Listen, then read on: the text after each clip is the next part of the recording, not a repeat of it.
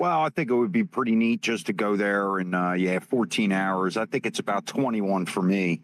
So yeah, nah, you can have it. I'll be there. I'll fly to plate. I'll meet you there at 2.5. It'd be fine. Um, Where would you be driving from, at Marlon? Jersey. Ah, Yeah, it's a good 21, 22 hours to Dallas. Now, I've never been. I would like to go to Texas at some point. yeah, Texas, like Julie said, is huge. I've never been to Grapevine, but yeah, I've heard it's outside of Dallas. I've been to Dallas pretty often. I have family outside of there, but yeah, I think I thought I saw somewhere that CPAC next year's in Florida. So fingers crossed on that because that would be awesome. Yeah, it would. I would love to go to a CPAC sometime. So yeah, we're definitely going to work towards that. Hey, the people that you're going to meet, it's invaluable at the end of the day for you, Allie. So that's great stuff, man. And hey, stepping up in the world. Yeah, Joey. Oh yeah, yeah. I think that that's a great thing, Allie. I'm glad that you guys are going and representing we the people, and it's important, and we have to get the message out and we have to spread it. And like I said, whether it's in your own town, look in to see what they're doing, see what they're trying to pass, because things like this, like I just talked about them codifying these legislation that they're pushing through for illegals. It's happening everywhere. I believe I saw a senator even saying it on TV that they care more about the illegals than they do the American citizens. It's just horrible. And Marlon, really quickly, I just wanted to tell you really quickly. So there is a story that went viral, which the New York Post tried to defute, but it's a little too late. It's like every other thing that's gone viral. There was a woman, I believe it was in San Francisco airport. She was an illegal from 2019. They've been trying to deport her. First of all, ICE was not sent to San Francisco airport. That's number one. Number two, I believe it was the Port Authority that was trying to arrest her for deportation. And she broke free, ran, and then she was crying. And of course, her little daughter was crying. So, that was the heartstring tug that they did. But this was not anything to do with the ICE that is being put in place in our airports. Oh, and by the way, Cory Booker's running down to Newark Airport to test his hatred of the fact that the ICE is in his airport and get out and leave. It just boggles my mind. You know what, Julie, I think it's time now to start spreading some fear. And I'm not one for fear porn, but I can tell you right now that the cartel was instituted into every one of our communities.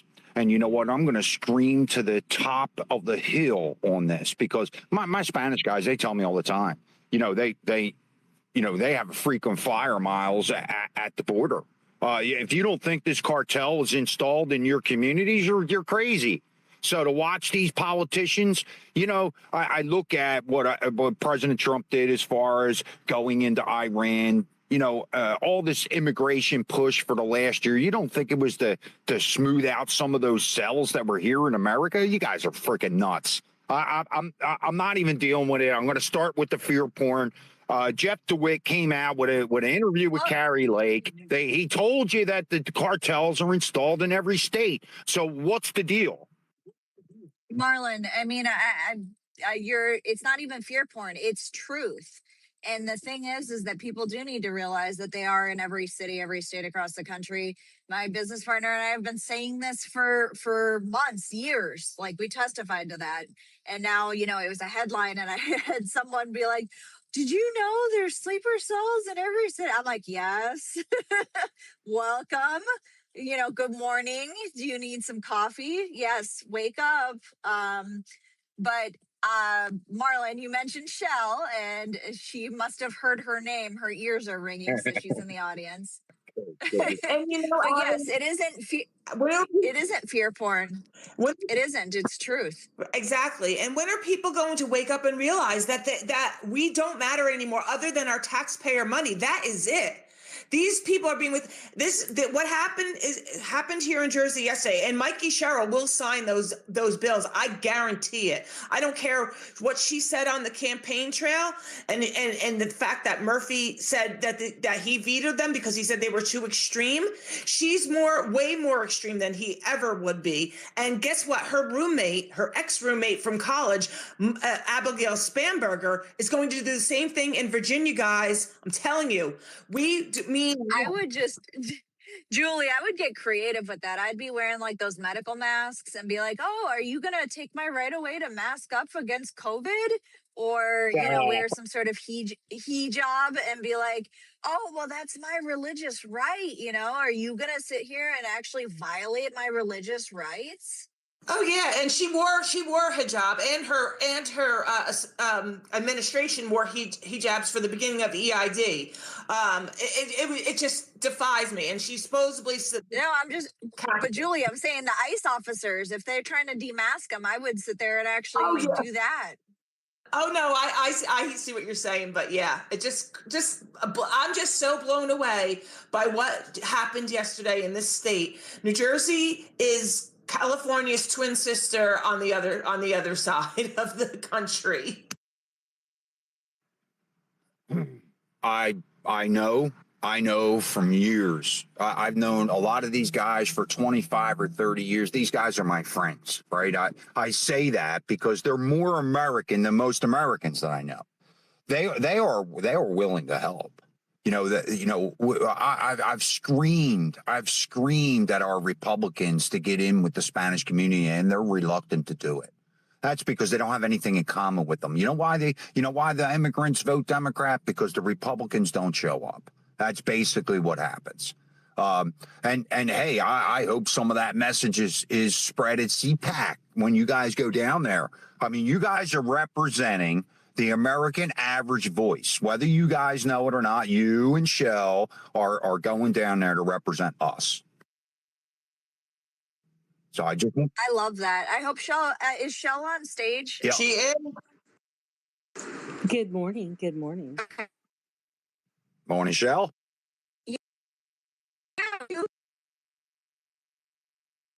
Present will say that the Hispanic voices need to be out there as well, but there is a lot in common, especially with the Hispanic community. I can't speak to the Black community. I'm not a Black American, but to the Hispanic community, the three things that resonate with them the most, other than tacos and salsa and guac, because we love our tacos and our salsa, is faith, family, freedom. If you stick to those three things, you will win them over time and time again if they're of legal status. But faith, family, freedom, it's simple. It's simple as that. And so when I spoke at Road to Majority in DC, I spoke, they had some sort of panel about Hispanics across the Americas, and I was one of two females that was up there, because a lot of Hispanic females aren't as outspoken publicly.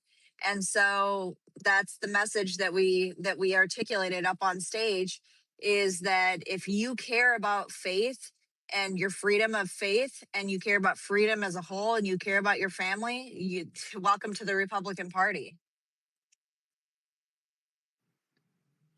Well, hey, I know Shell, you guys are headed to CPAC. Like I said, I really think like you guys are representing us. So please go down there and scream out the issues that we talk about on all these spaces all the time, and tell them we're behind the ice. I heard some clowns go up there today and they talk about a police state that they're putting us in, and they're taking our rights. Well, guess what?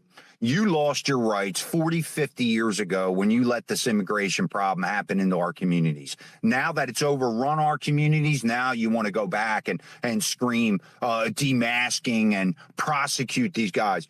You know what? You know, us having our head in the sand, this is the result. So, yeah, can't wait to hear some of the results that come out of Dallas. We shall see. There's going to be a lot of people there, but this, whole spin on Trump not going has already put a damper on it, to be honest with you. And Patriots letting that happen It's just wrong. He was never scheduled to begin with. So the reasoning is conjecture, I'm sure, and I just don't understand why they're already spinning this. It just makes no sense to me. We already have a great lineup of speakers. We have some controversial ones, but patriots need to go there and patriot anyway. They don't need to be feeding into this little frenzy about Trump and why he's not going and pointing fingers at other patriots. The fracturing continues, Marlon. The best that Allie and I can go and do is try to heal that fracturing and get everybody on the same page. Pass the Save America Act, make sure that we save the country by getting the illegal voters off the rolls, and then go to Congress to get the MVR, the motor voter rules, changed. So, it's just something that we need to work at instead of feeding into all of this other crap. Let's hope that they all can get it together at CPAC. Well, I didn't hear that. I didn't think Trump was scheduled from the beginning. So why all the pointing fingers now? I don't think Oh that's my the reason goodness. we're there. It is not the reason we're there. The pointing of the fingers is they're saying he's not going because of certain influencers he doesn't care for. Unless that decision was made, 6 months ago when they were scheduling CPAC and the main stage speakers. This is not breaking news. I'm sorry. There is no news. He just wasn't scheduled. He's got a heavy, heavy, heavy schedule right now. So, I mean, he's in the middle of a war. Why is he going to go and you know, cause this kind of trouble with his base, especially in a midterm year? It's not going to happen. No way. No, I'm in agreements. And those people that are pointing the fingers, they're the detractors. They're the ones, right? Well, okay, boo-hoo. Trump's not going to show up. Great. Who else is there, right? Who else actually is there that can make the difference for us? Can push the legislation that we need? Screaming out to the SBA that we need to reinvest in our kids. Shipbuilding, Rob Roy. I mean, these are the people that are going to be there, right? Yes, and many more, many more.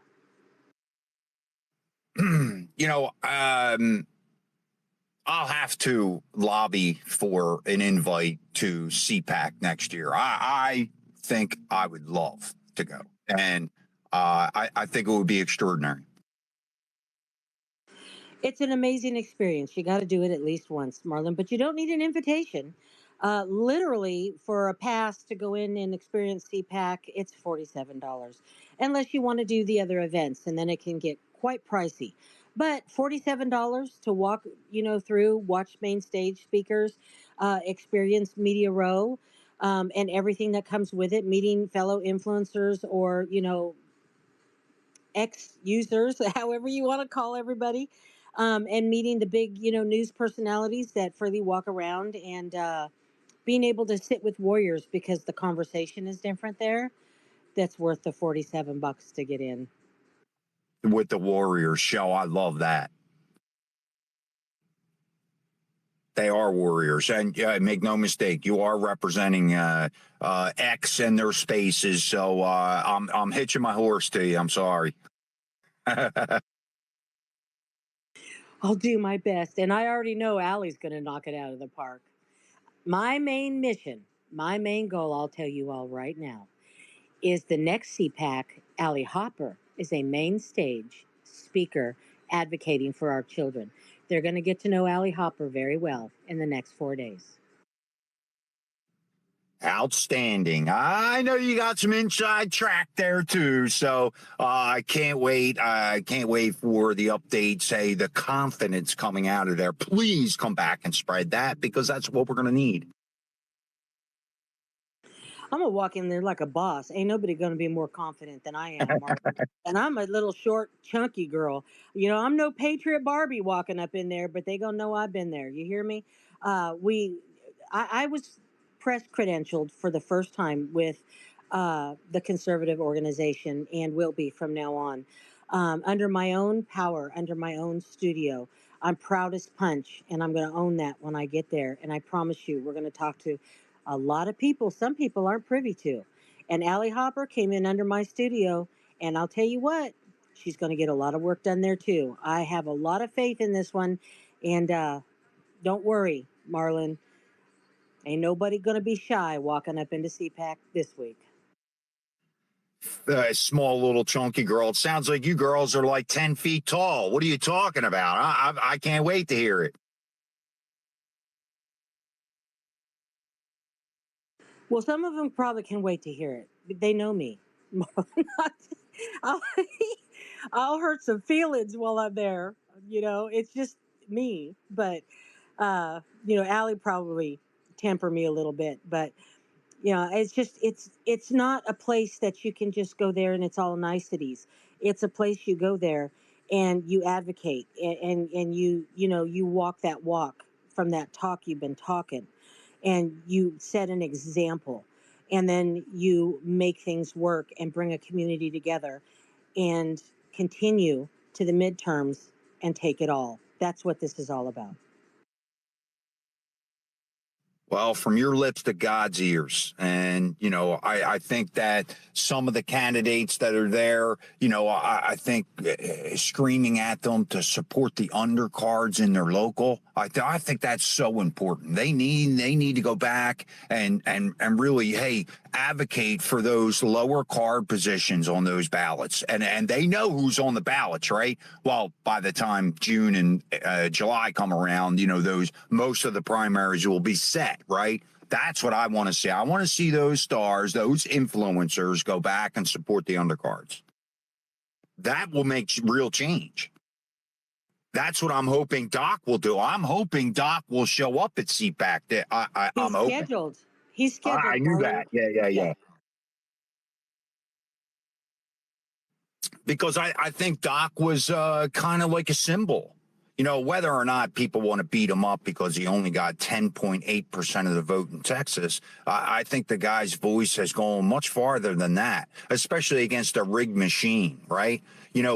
When he goes around for the next term, whether it's a Senate seat that comes up, a congressional seat in his own district, something along those lines, he should hop on it, and he's going to have the voter base to do it.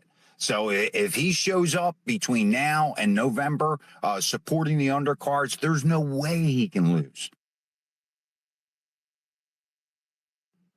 They need to come up with real campaigns. They should bleed some of that into Jersey GOP politics. Go ahead, Julie. Yeah, question for Shell or Allie, because you guys might know, or anybody that's on the panel. For one, did the Democrats go on their recess? I heard that the Republicans were staying behind and the Dems left already for recess. And also, what was the other thing I was going to say? I was going to ask. Oh, shoot, I forgot the other. Well, I'll come back. I'll think about the other one. But I don't know. Did they already go on recess? And what's going on? Oh, with the Supreme Court and the mail-in voting the day after. Like even if the envelope is post-dated before the elections are over, that they'll still accept them. Do you know if that's been voted on yet? Anybody? From what I understand, they shot down the ability to count any mail-in voting ballot after the date of the vote. So that was a win. But as far as the other Senate being released for recess, I'm not sure. I'll have to look that up. I know that Senator Lee has been advocating that they all stay, and for Leader Thune not to declare recess. But if they do, and the Democrats leave, and the Republicans stay, then they can have quorum and vote on it and get it passed. If the Democrats leave, they're taking a hell of a chance. 51 votes they need, right? 51 votes. Okay, Zach, you want to say something? What's up? I got a space shuttle fixing to launch off here in a little bit. And that's all the news I got for right now. Love you guys. All right, what'd you say, Zach? There's a space that's going to hop off here? No, it's space shuttle. NASA fixing to launch off a rocket today. I guess we'll see. The naysayers will be there, I'm sure. Elon's not doing nothing. Not this time. It's NASA. Say that again. That's NASA, not SpaceX. Yeah, NASA. I see.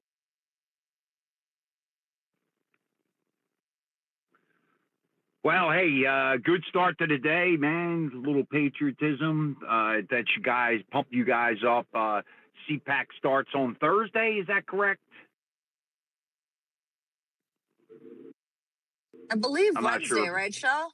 Wednesday, 25th. Gotcha. You got less than a day to get there. Less than a day? Nah, we're going to be there right on time, dude. Look, I want everybody to know that in Dallas, Brandon Strock is holding a walkaway event on Wednesday. I'm going to pay close attention to that. Then he's going to be our main stage speaker on Friday. So pay very close attention to that. Also, he's got some big things coming. I can't wait to see him. I can't wait for Allie to meet him. He's one of the best people on this planet, in my opinion. Fantastic friend. But keep an eye on Wednesday. That's going to be a great big event. Now, I know my wife attended the walk away in Washington. She met Brandon there. She met a lot of people there. She liked Brandon. Unfortunately, I think Brandon got kind of caught up in some of the drama. And I think he should just stick to doing exactly what he's doing there, Shell, motivating that base. I am interested to see what comes out of that walk away. I think he does fantastic work. I think some of the drama came to him. I don't think he wanted to get caught up in any of that. But, Brandon, he's a stand my ground guy, so he's going to stand his ground. But I think he's a fantastic person as well, Marlon. I'm glad your wife got to meet him and experience him.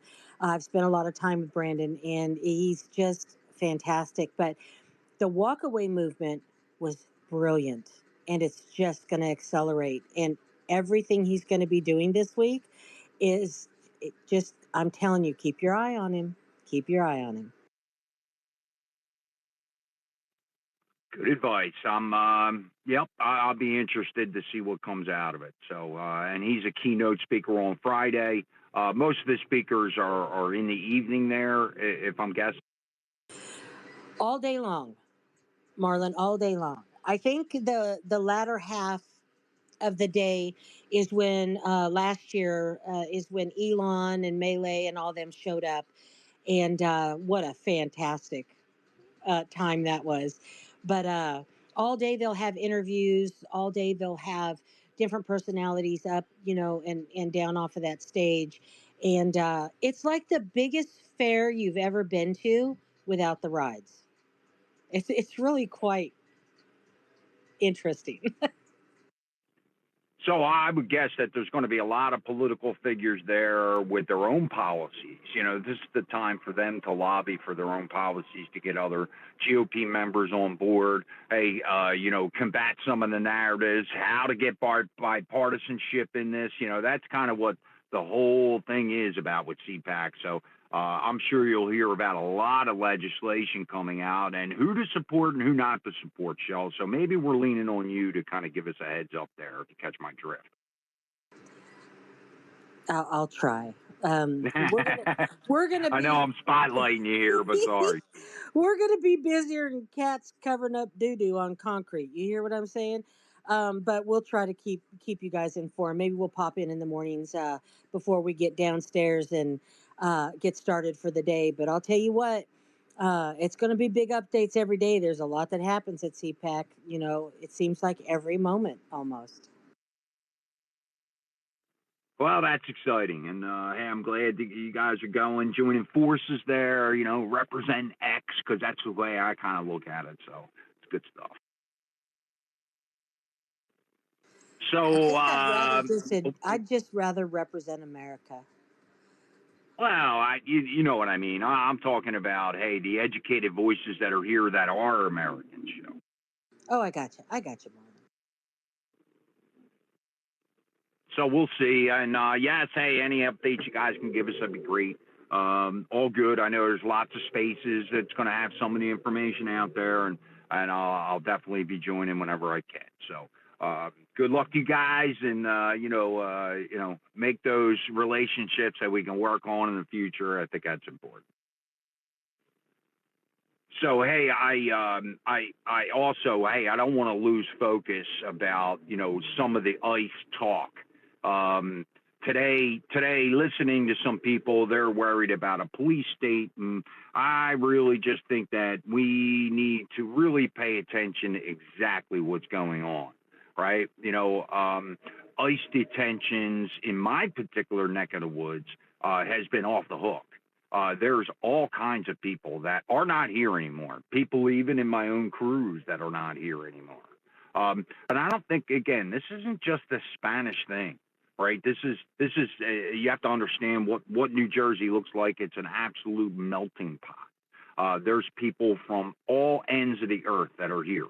And most of them are good standing Americans. But some of them are there to reap the benefits from Americans. I know lots of those people that are getting cards every month and money and subsidies, and and now you're hearing about, oh, we need to take ICE out of the equation. You see what New Jersey's doing, right? Working directly against ICE, passing legislation to get them unmasked. I think this is a mistake.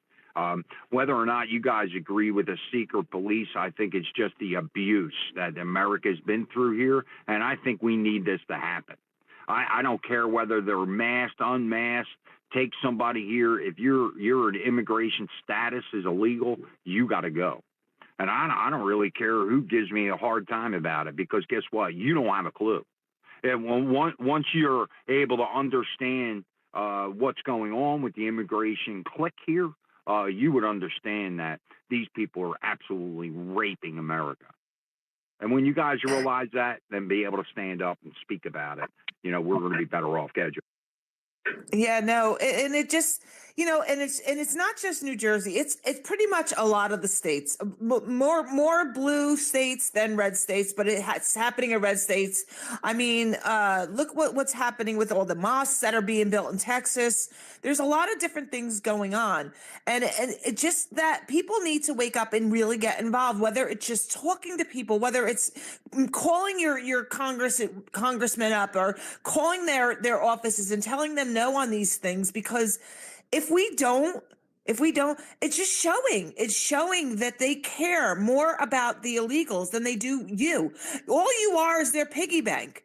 And people have to get used to this. You have to, not that we have to get used to it. We should be aware of it and know about it and fight about it, because, I just don't see, what Trump is doing up on the federal level is great, and it's helping a lot of things, but they're going to keep trying to pass what they can pass in these states. And then when, somebody takes them to court, and then it gets knocked back down. But who pays for these court battles? We do. We're paying for these court battles.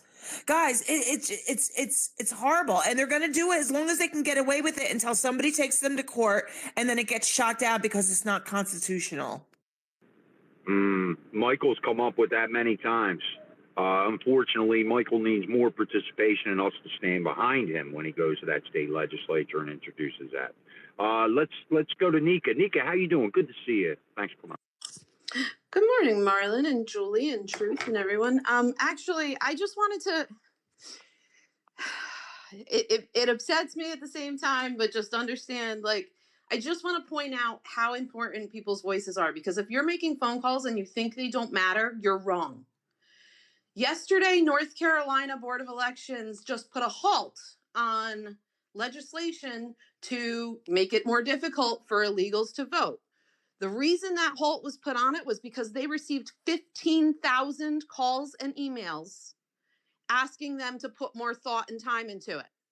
So make the calls, guys. It's really important, and it does make a difference. I know, a lot of us were calling Thune over and over and over again, and we thought we weren't getting anywhere, but realistically, these calls matter, okay?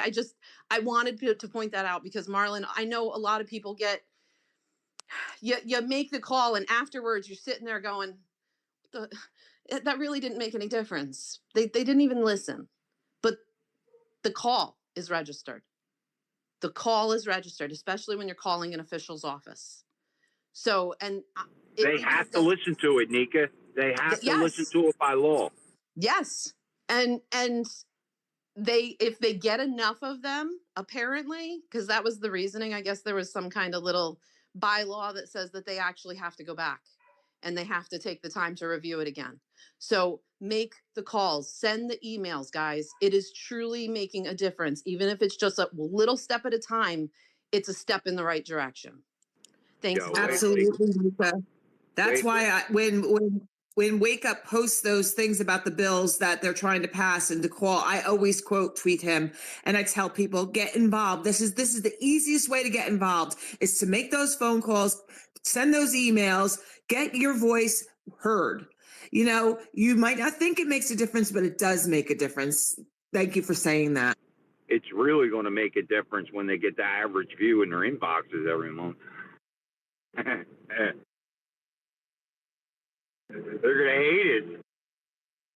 That's right. Good for them. Good. Let them hate it. Let them get mad. Let them get angry, because we have to show that we are the ones that are important in this state, not anybody else, not the illegals, not anyone else. And you know, this is a small fraction of people that think that they are going to, you know, rule and bully us, but we have to stand up to it. We have to stand up to it, especially in New Jersey. We're outnumbered in our legislature. What is the number, Marlon? 54-27. That's our state legislature. So pretty much anything that they want to get passed, they're gonna pass it. And then, you know, it's up to our governor, who right now is showing that she's on the wrong trajectory, and she's even worse than our last administration, to signing these ridiculous bills that are coming out. Go ahead, Nika.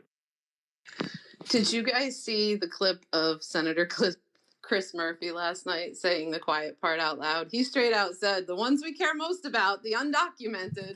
His exact words. I said that. I didn't know whose name it was. Thank you for saying that, because I brought that up before you got in here. Sorry. Yeah, Senator Chris Murphy, just so everybody knows. Yep, he announced it to the world.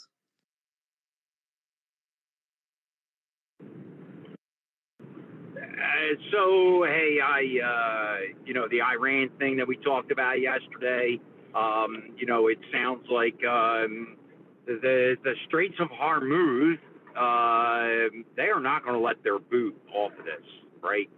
Did you hear the talk, like they're looking for a retribution for all the damage they want us to pay for? Wait. Did I just hear that right? Like, this is part of their deal. You know, it's awful funny. Trump put out yesterday where Iran came and talked a little bit last night or the night before, whatever it was. And then the leader had put a post on X that this was all fake news. This wasn't happening. You know, and CNN goes right down with these people and, like, lapping it up. They are defending the Iranian regime. CNN. Go ahead, Julie. You know, I was just going to say that first of all, Iran is not denying that they had any talks with Trump during the weekend, which, you know, I'll take that with a grain of salt. And last night they had 7,000 missiles that they let off, and only 117, I believe 117, or it could be a little bit more. Somebody can look that up and see, actually hit their destination. So they don't really have that firepower. I don't know what kind of missiles they're firing, what they have left in their arsenal to fire, but yeah, they fired off 7,000 at different at Israel and surrounding countries around that area, and only 117 of them actually hit their targets, or actually hit those countries. So yeah. So what the real big news was that when Iran had hit that St. George's Island out in the middle of the Indian Ocean, right? We have a silo or an installation there, and that just shows that they have the capability to be able to hit Europe. That's basically the whole reason that we're there, right? They were supposed to not have those arms that would be able to reach out 2,000 or 3,000 miles. Now you're going to let a regime You're going to let the Democrats let a regime come up with ballistic missiles with nuclear warheads that can reach the continental U.S. That's the reason that we're there. I'm almost so upset at some Americans because I'm watching CNN advocate for this regime. I can't believe it. It's disgusting. It's just like the Dems here in New Jersey that are advocating more for the illegals than they are for us. But I with Iran, Marlon, TikTok, you're on the clock. You have 5 days to come to the table and say that you're going to accept these measures that he wants to give. So this is day 2 because he announced it yesterday. I don't know if it was Sunday that he started this 5 days or yesterday, but TikTok, you're on the clock. So it's either 3 or 2 days. So they're running out of time. So if hey, Israel was told not to hit the power grid, the power plants, right? And this was something that, hey, Trump put down, said, hey, we're not going to destroy the infrastructure and make the Iranian people suffer here. I mean, I think that's the notion, but I think if they don't come up to the table and TikTok, like you said, I thought you were referencing TikTok myself, but no, you're saying the clock, TikTok. Yes, the clock is wearing out. And then, if they do not, come to the table, then he is going to bomb what he said he was going to bomb. And that was over the weekend. So I don't know if it was Sunday he started this countdown or if it was yesterday. So if anybody knows that one too, please feel free to say. Can I ask another question? And something stupid. Why is J6 back in the news? Russell, can you answer that? Russell, you still up here? Why is J6 back in the news again? Russell, are you there? That's all right. Maybe he's behind the scenes, but I heard that out of CNN last night.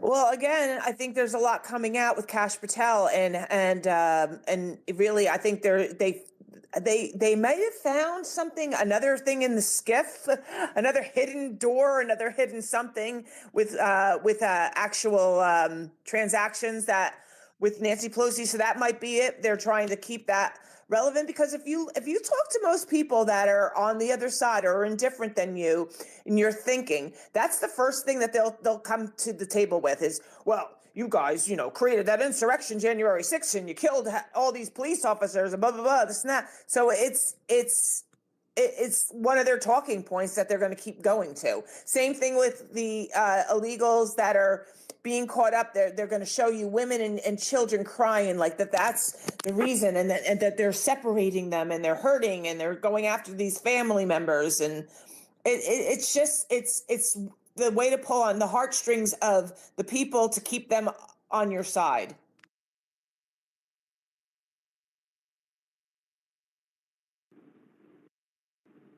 Well, I think there's a ton of things to talk about. Oh my gosh, it's like overwhelming.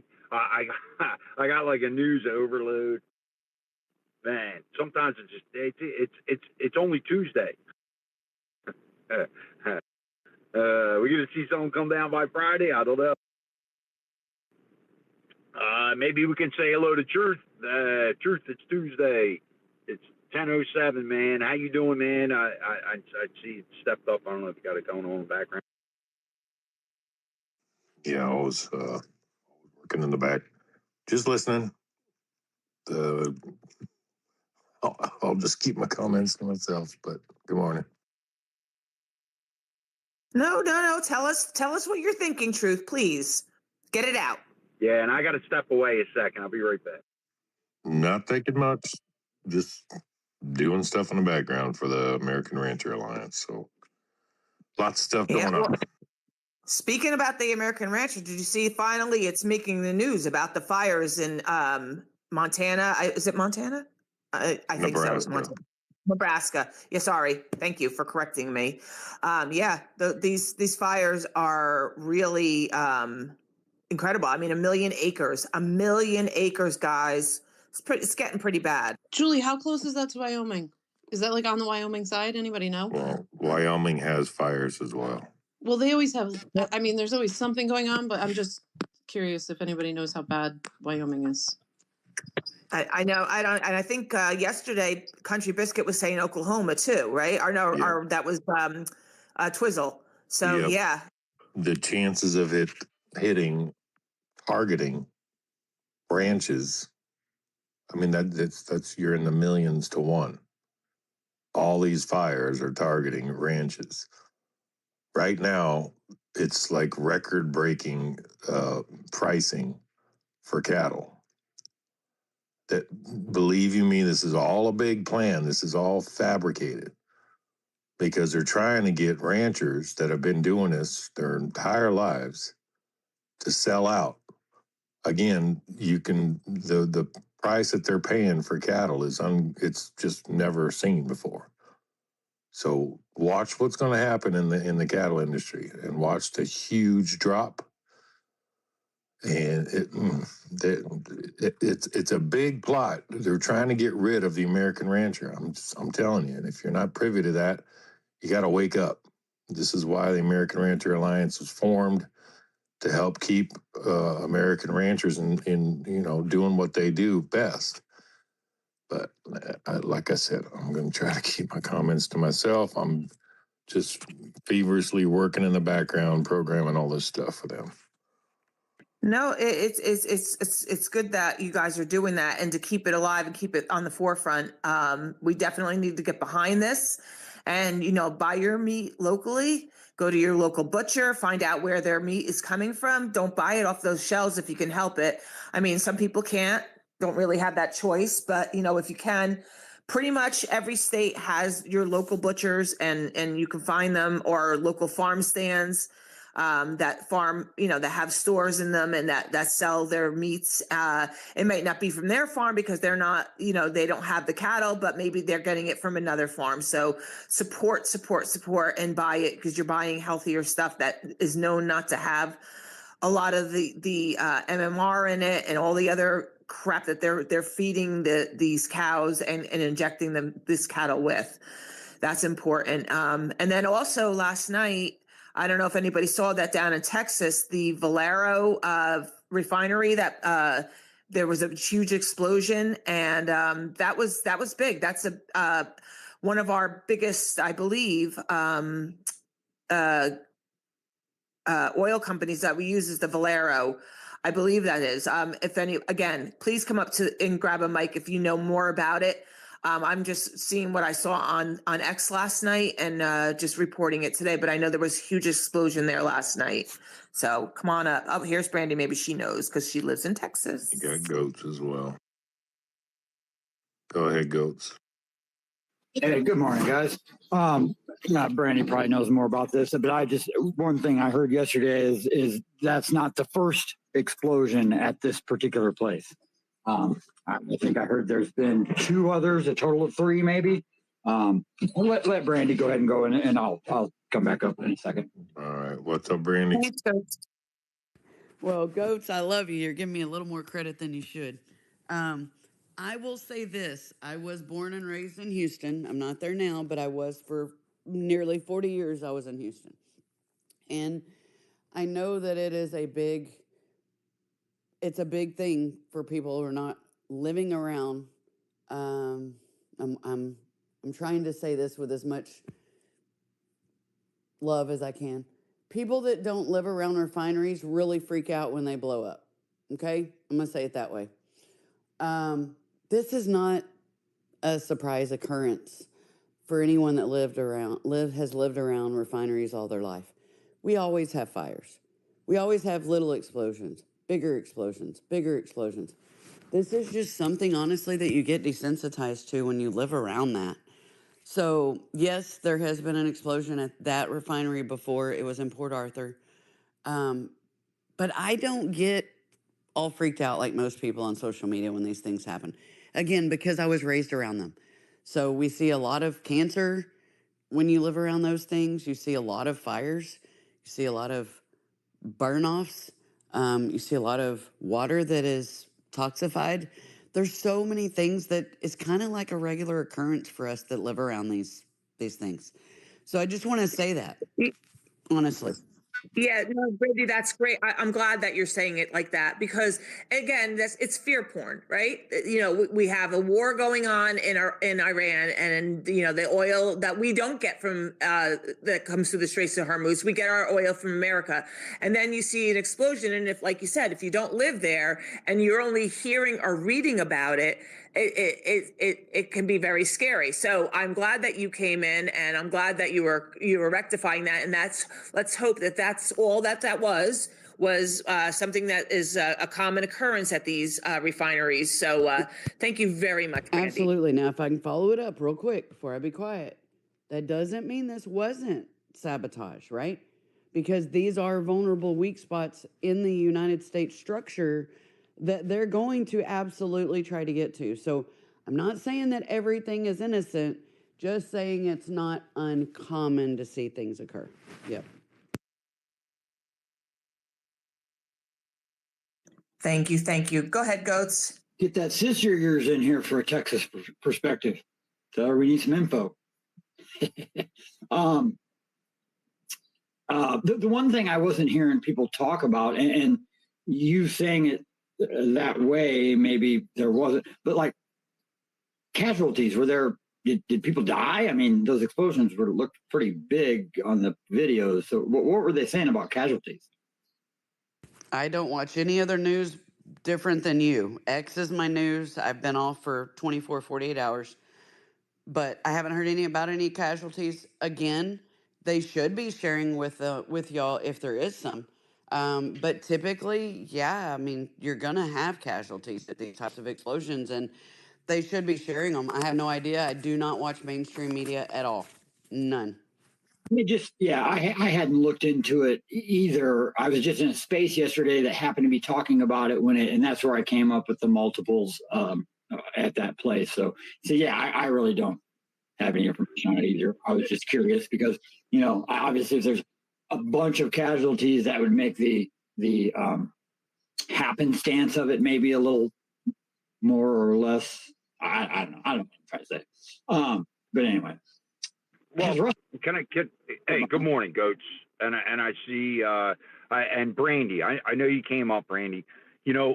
Brandy, what we were talking about in the beginning of the space was ICE. And hey, what do you think that we're living in a police state? Do you think that the rest of the country should follow what New Jersey passed yesterday as far as unmasking these guys? I mean, look at the threat here, right? We're talking about soft targets, right? Now our government is advocating, my government here is advocating to unmask these guys, not give them the ability. Now, keep in mind, DHS defunding or not running or opening up the government doesn't matter about ICE. ICE is funded for the next 2.5 years. So let's get that out of the way. But you coming from Texas, do you see what's going on? I mean, it's not just immigration problems. It's about soft target problems. It's about all the things you just said, Marlon. And if we're talking about unmasking ICE, that is absolutely the most insane idea I've ever heard of. Why? That's like calling out. Let's just give an example. That's saying, hey, traffickers, or hey, criminals, the one they're coming after, make sure you take a picture of them so after you get out of prison, you can go after their families and them. Absolutely not. Nope. Well, welcome to New Jersey, Brandy. That's what they passed yesterday. And the last time they tried to pass this, even the last administration, who was Democrat, said that this was too extreme and he wouldn't sign them. He vetoed them. Now we have this extreme left-winger in, Mikey Sherrill, and she's going to sign them. You watch. Now, here in Jersey, we have plenty of soft targets. I'm not going to educate people on what they are, but we do. I just can't believe that my own government and here in New Jersey is advocating for this. And there's the terrorist now, Cory Booker up there like Spartacus. I mean, this guy's a total disgrace. He goes against everything the Trump administration, no matter whether it's common sense for America or not. Okay, Brandy, we'll go. I just want to say that for anyone that's never, that you don't live around refineries, you don't understand how it all looks when you're trying to. You can't just walk into a refinery. I will say that as well. If you're not used to that type of industry, be aware that you're not just getting into a refinery. You're not just walking in. You've got to have your TWIC card. There are so many different things you have to go through to be able to get through that gate if you're working at a refinery. However, again, soft targets, I mean, the crazies know how to get to where they need to go to do the destruction they want to do, right? So again, you just like Marlon just did. Don't share what your soft targets are around you. We can all help protect our communities. And honestly, the only reason I'm talking about it is because we were already talking about it, right? But refineries and everything else are so easy for those bad people to get to that honestly, I'm going to tell you that if I thought it was, and again, I was raised around them, right? And if I thought that it was sabotage, I would have probably already heard about it because I do know a lot of people and family as well that work in the refineries still down there. They do share information quite rapidly with each other, the different refineries. So they're up to speed when it comes to security and making sure the facilities are secure. However, just keep in mind that if something were to happen, it's definitely going to be probably somebody who's already on the inside because you can't just quickly get assimilated to be a part of that. Guess what, Brandy? You can't drive down that road. Okay, for the nuclear installations here in New Jersey, you cannot get down that road. You couldn't even get by boat.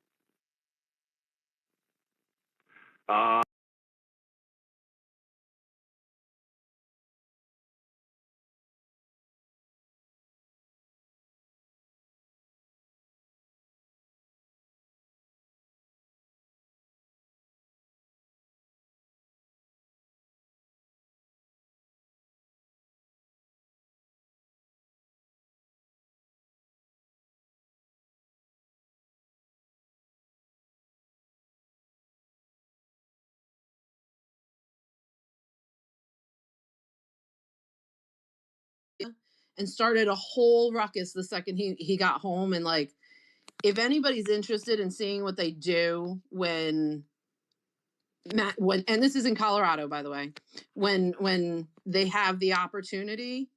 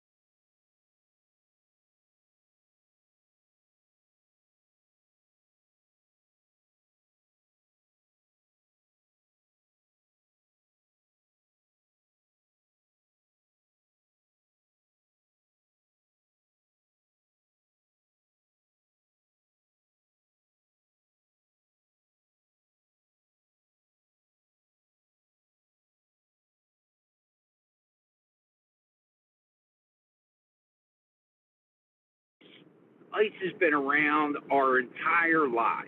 Okay, ICE has kept control of that illegal population, whether or not they gave them path to citizenship or not. The ICE immigration has always been there.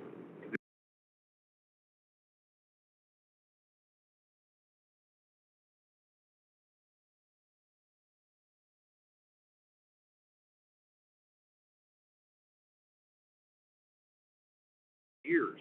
So they have to go in, they pay thousands of dollars, they go through this check again, and if they have anything on their record, they're going to deport them. This has been around for decades. So why all of a sudden now you want to take this secret police?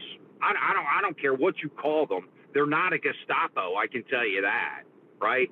I'm just watching, my government, take the gloves and take the masks off of these guys. And just by what you just posted, Nika, that shows that these guys are vulnerable.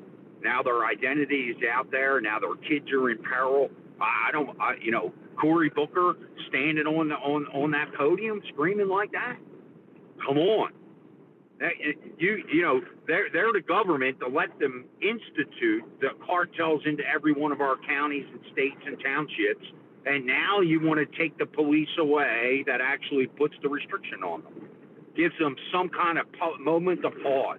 If they don't have that, they're going to be unruly. That's what we're going to come up with here. So real quick, okay, ICE was formed a little over 20 years ago, 03. But so would you be in favor of the FBI and state police being able to go around in masks? Because I mean, they would face the same kind of, and I'm just asking for devil's advocate. Just asking. They do. If you call up the FBI, dude, they're not coming out in masks, and we're Special Agent Johnson and Special Agent Johnson. I mean, come on. But when ICE shows up, they're knocking on the door because they're ready to deport you. Again, Goats, if you went to any other country in the world, if you went to Costa Rica, you flew into San Jose and drove to the resorts, and I overstayed, them, they're going to come looking for me. They're going to come to that resort. They're going to come to the hotel that I told them, and they're going to come and get me and send me home. I'm not disagreeing with your point at all, Marlon. I was asking, the state police could face the same kind of thing if they pull someone over, they take a picture of them, they get out of jail, and then they come and want to kill them. So should that be a viable option? I think it's I think it's the steps that all of our government has saw. The citizens have watched for the last 4 years of the Biden administration on them ushering millions of people across that border. How unsafe do you think it made America? That's really the question. Do you think there's a dirty bomb here in America? I can tell you right now, it's probably pretty damn easy to do it. New Jersey is notorious. They stop any vehicle that doesn't have MC's numbers and a business on the side of that truck. Whether it's a box truck, whether it's a 48-foot tractor trailer, whether it's a refrigerated box, they all have the company name, MC number on the side of it. So there is some kind of documentation. The New Jersey police stop these unmarked vehicles all the time. I see them on the turnpike. I see them on 295 all the time. I feel like Jersey might have a leg up on what's going on, keeping us a little bit more safe here. Maybe the state police isn't going to go in lockstep with exactly what my government says. The problem is that the ICE agents, when they go in and they up their state status every 2 years, they keep a tab on these people, right? The state police, the FBI, don't have an education in immigration. So ICE has gotten such a bad name.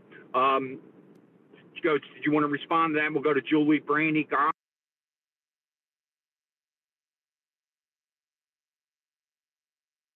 Yeah, Julie. Yeah, I don't think that, I understand what Goats is saying here and everything, but I don't think that it's a to me, my opinion, it's like there's a difference, Goats, between a state police,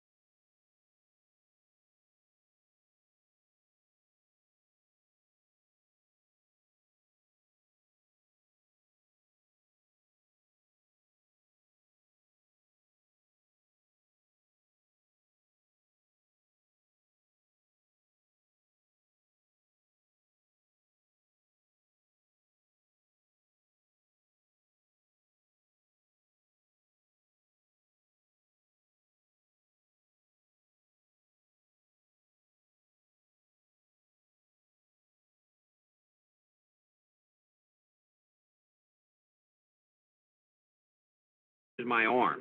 Had armed robberies, theft with a gun. All this rap sheet was as long as my arm. And there's many cases there, same kind of thing. Remember the jogger in Virginia who was abducted right there on the jogging trail? I mean, there's case after case after case, and the former attorney general for VA was in there today talking with this woman. So again, our government is advocating not to have these guys enforce immigration. And obviously we see what happens, right? Soft on crime, they turn them loose back into our society, and you know, this woman paid the ultimate price. Julie, you want to finish up? Oh, 100%. Yeah, 100%, Marlon. And that's what happened. You're talking about the one in Chicago. She was there to go see the Northern Lights. She was a college student at La Jolla University, and she was shot point blank in the head by an illegal alien who was arrested several times for other misdemeanors and never deported out of the country. And then an alderman who had the nerve to come out in public on a TikTok video and say, well, she was probably in the wrong place at the wrong time. Are you kidding me? You're an American citizen. You should be able to go anywhere in this country without the threat or the thought of being shot in the head and killed. Brandy, would you like to jump in there? And we'll go to Groff after that. Then. Yes. Coach, you got me heated. You know how to bring the devil's advocate side. I just want to say this to everybody, right? If you have, and I know most of the people in here are not having this thought on the panel anyway, but if anyone has any doubt of whether they need to be unmasked or not, think about that agent you're wanting to unmask being your mother or father, or being your brother or sister in that role. Would you want their face seen by the worst of worst? And I'm leaving that broad. Some have no criminal history. Others have so much criminal history, that's why they're here illegally and under 15 different names that nobody knows, right? And I'm being honest. So if you think you want them unmasked, just think about that. If they were your family member doing this very dangerous job that they need to do and they've decided to take on because nobody else in America has the huevos to do it, right? Let's just be honest. I don't think anybody would want them unmasked at all. What did you say, huevos? I sure did. The kids That's who are hilarious. listening don't know right now because they usually know English. You know, Okay. yeah. So where were all these pieces of crap when everybody was masked? Why didn't they care then? When people were walking into liquor stores and grocery stores and freaking Targets and Walmarts and just going in and taking a bunch of crap, masks, so that nobody could find out who they were. Where were you then? You didn't care back then, but now all of a sudden you care? Come on, man. It's just the hypocrisy, you know, the duality of the people that go for this crap. It's can't we not see that and recognize that for what it is? You know? And then I heard some idiot up there saying, well, 12 Americans were arrested from ICE wrongfully or whatever. 12 Americans out of 330 million people? Do you know what the freaking statistic on that is? It's like 0.000001. Who gives a crap? Mistakes happen. If you act like you're an idiot and you're maybe not speaking or not cooperating with ICE, then they're going to detain you until they find out who you are. So, I mean, just, God, dude. Clearly. Getting so heated listening to this crap. The Attorney General came out, the former Attorney General for Virginia came out today and said, you know, those departments are not working together. The state, you know, Coach, you had said the state police, the FBI, ICE. Well, when they detained these people, they didn't even contact the federal authorities that they were releasing him, let alone coordinating with them, and should be deported. You know, it's the same kind of reaction. When I asked that sheriff whether or not they were working with ICE, I don't work with ICE. I don't work for ICE. That's basically what the man said. You know, the morale between these government agencies is not what we assumed as Americans. They're not there to protect us. I guess they just all got blinders on. They really don't care. Groff, how you doing? Welcome up. Hey, good morning. Yeah, realistically, all of the SWAT teams wear balaclavas. They cover their face and they shade their badge numbers when they're in operations. The reason being is because they're essentially witnesses and they will be called to trial. Therefore, those witnesses have to be protected beforehand so they're valid witnesses to be able to testify. So if you're a mob, or the cartel, you're going to look for those witnesses, and getting their badge numbers and their identities is number one, so that you can harass them and basically maybe even kill them so that they can't testify to what they saw and what they witnessed. So make no mistake, there's nothing but nefarious purposes behind this. They don't care about the masking. They just want to be able to harass the ICE agents to deter people from becoming ICE agents. That is all, because they want to have their enforcers in the street. The money's been cut off overseas through USAID. So now stateside, they don't have their enforcers to do their dirty work for them. Make no mistake, it's all about intimidation. And Brandy, you're right. If you don't live around refineries, you don't know that those refineries go up all the time. I lived in the Bay Area for a long time, and the ones in Martinez and Bay Point, they went up just about every year they had a fire. So once you get used to it, it's like, there's another fire. Okay, gas is going up. There's no two ways around it. Gas is flammable. It happens. So anyway, I got to run. Thanks, guys. Brock, good to see you, man. Thanks for coming up. Go ahead, Julian, go back to GOAT. Yeah, no, that's why I brought up about the refinery thing, Goff, because like I said, they put out these articles, they put it on the news, they plaster it constantly. It's fear porn. I mean, I'm just saying, that's why I wanted to find out about it. And I'm glad Brandy was able to step in and say these things, because people see what they see on, whether it's in X in articles or whether it's on mainstream media, and right away, well, oh my God, we're at war. So now are they attacking the mainland? Are they attacking us from within, or however? I know it's not easy to get into these, you virtually impossible to get into these refineries without lots of security, measures, but you don't know. Is there somebody working on the inside that can be doing these things? So I'm glad that Brandy came in and explained that, and hopefully that's exactly what it was. And there is no other issues with that. So thank you very much. Thank you, Groff. Okay, Goats. Damn it, Groff, he's leaving already.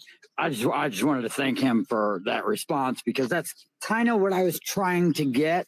Some examples, some FBI examples. There's a lot of emotional responses, right? And it's an emotional thing.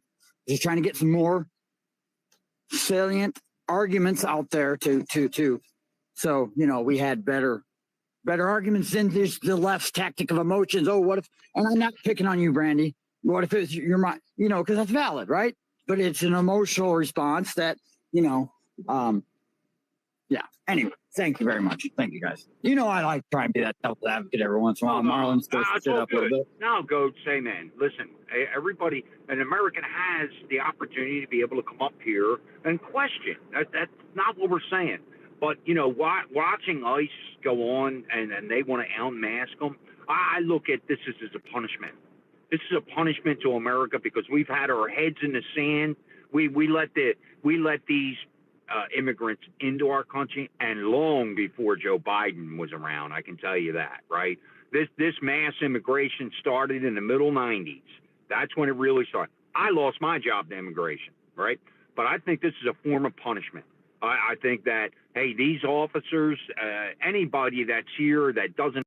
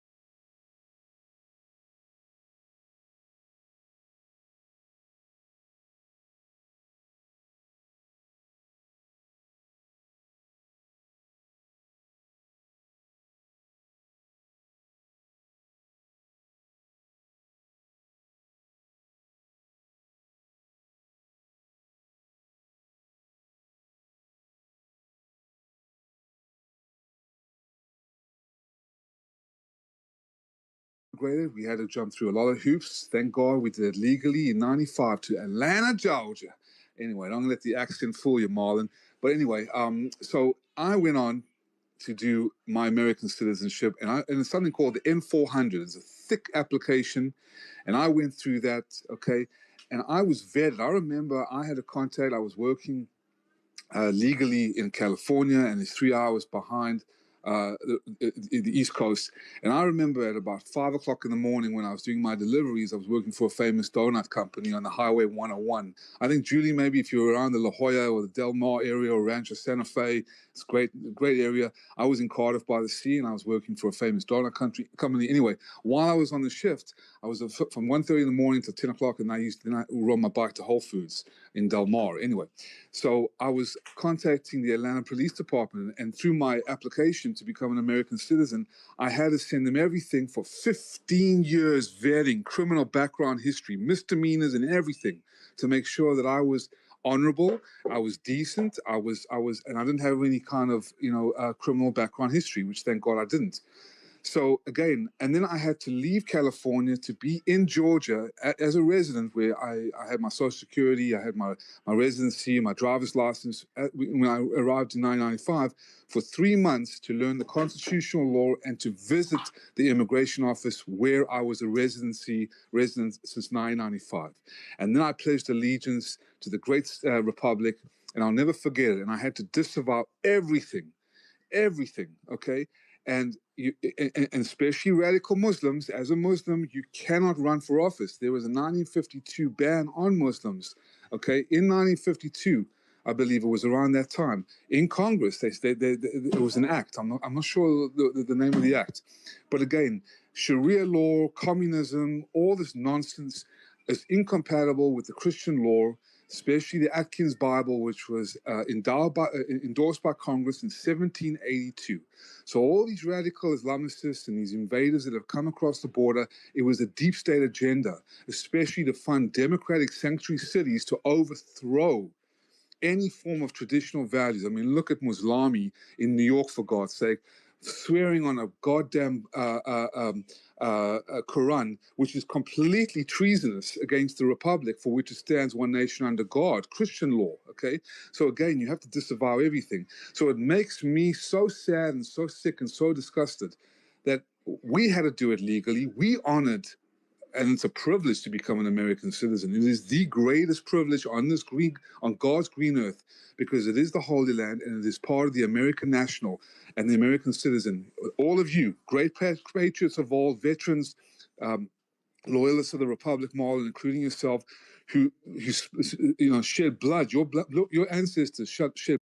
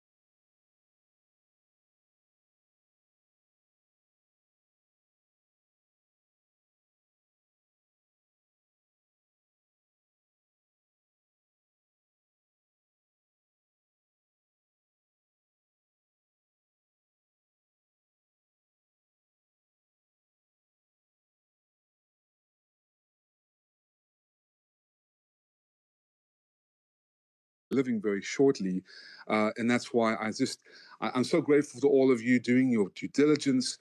I'm grateful to all the veterans, patriots in Portland and in Minnesota standing their ground, keeping Antifa thugs in check.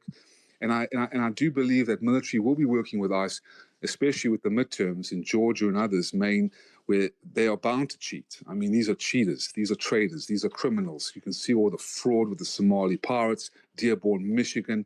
It's shocking. So making America great again is arresting all these treasonous assholes and wretches, excuse my language, who have betrayed their oath against the American people. And that's what's going to happen next, guys. I think that Trump is about to, if it's not the Insurrection Act of 1807, Marlon, it certainly will be a national security issue to bring justice to the voter rolls, clean, purge the voter rolls and all that are trying to betray the great, clear and clear elections of the American citizen. So I think that I'm looking forward to these arrests, making arrests great again of traitors.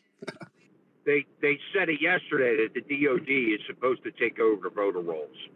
Okay, DOD came out with that yesterday, right?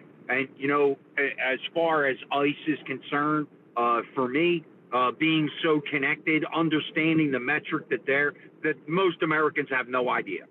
So for me, it's a form of punishment for me. I don't think that any of these guys should be on masked.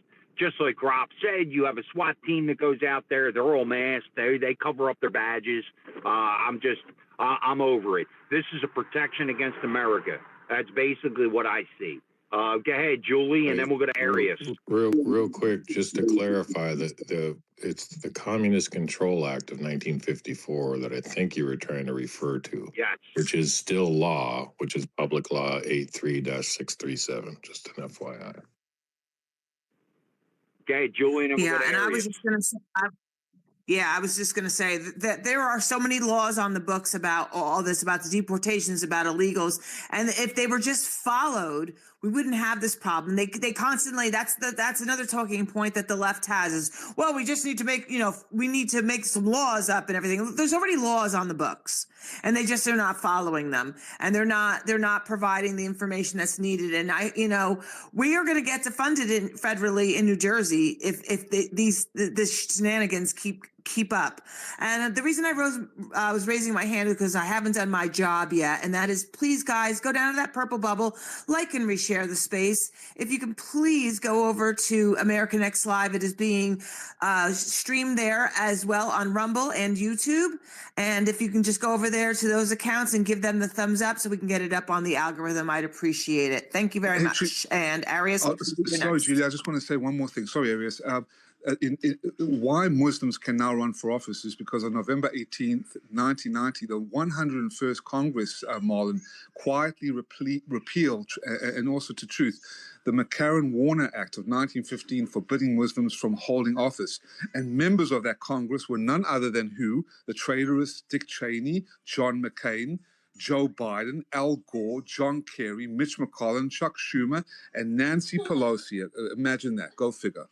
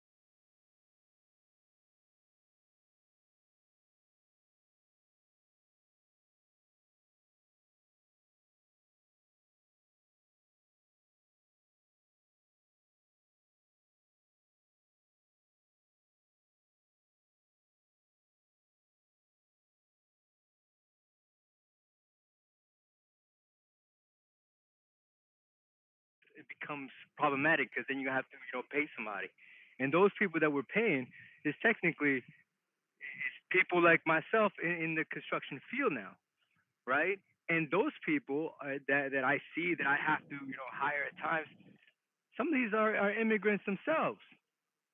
But what I found out is in the last year or two is that many of these immigrants that went up that route through the border south, whatever.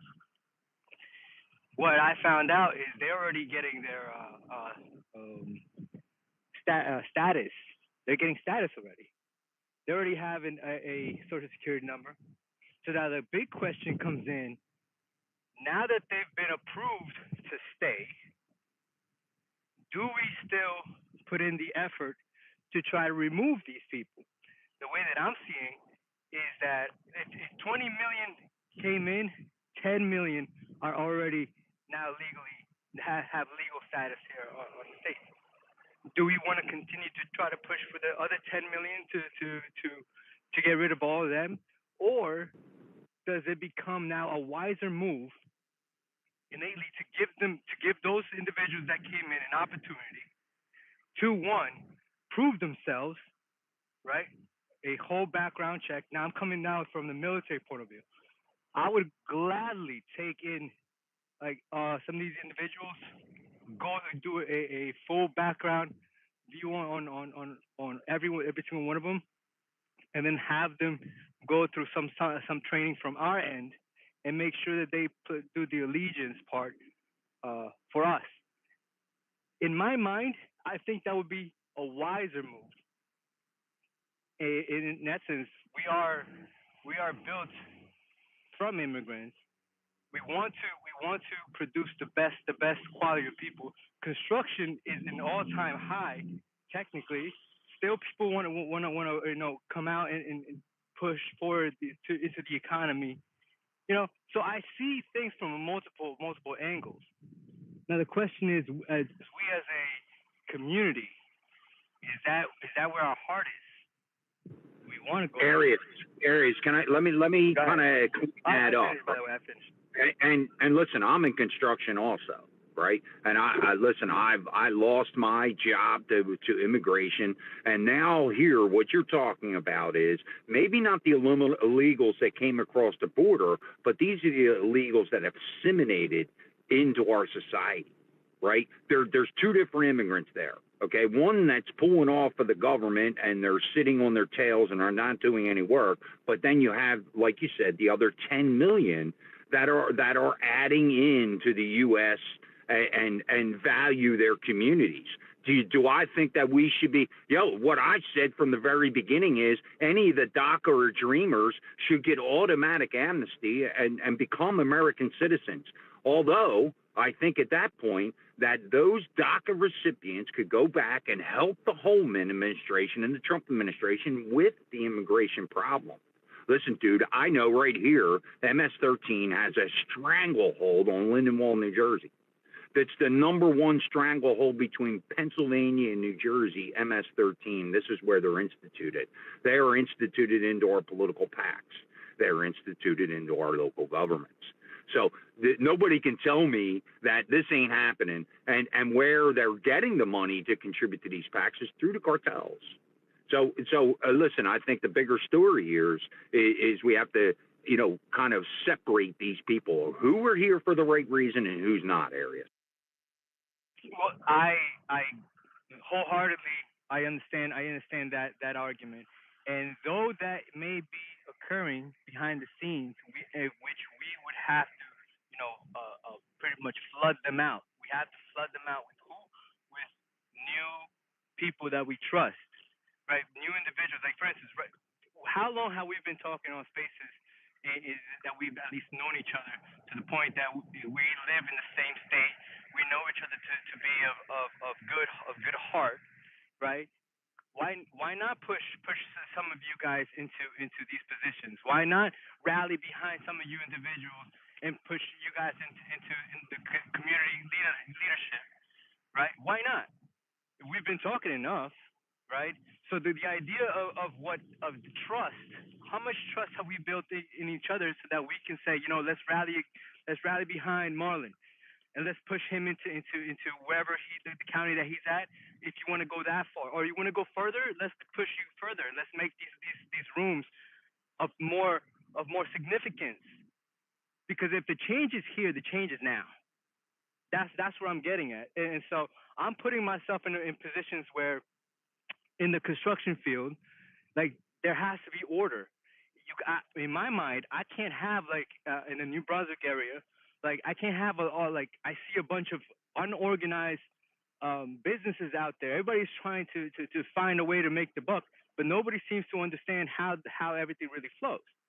Now I find myself in a position where I have to kind of organize all these people, and it's like, okay, who has insurance? Who has this? Who has documents? A lot of these people don't know how to even begin a business. So now I have to help them out in this way, and it becomes its own business. So technically, I'm here to help, but at the same time, I need to also help myself, and that's where this whole, I guess, where is your heart? Like, where do you put your heart at? And that's kind of, we have to search into our own thoughts and beings. Anyway, thank you guys.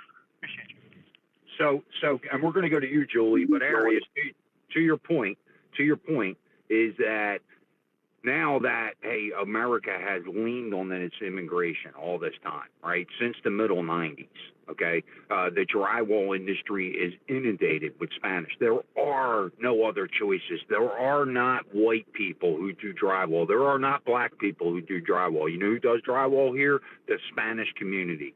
So you're right. Arius, I'm in the same spot.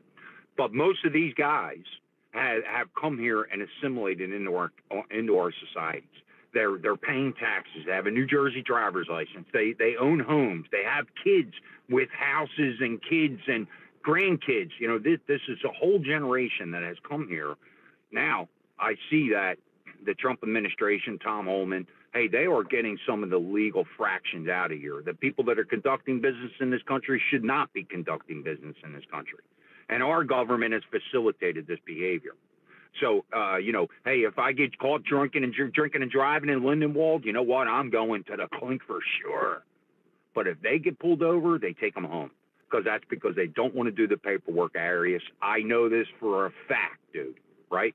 Why is my government crafting and telling their insurance policyholders to craft new policies for immigrants?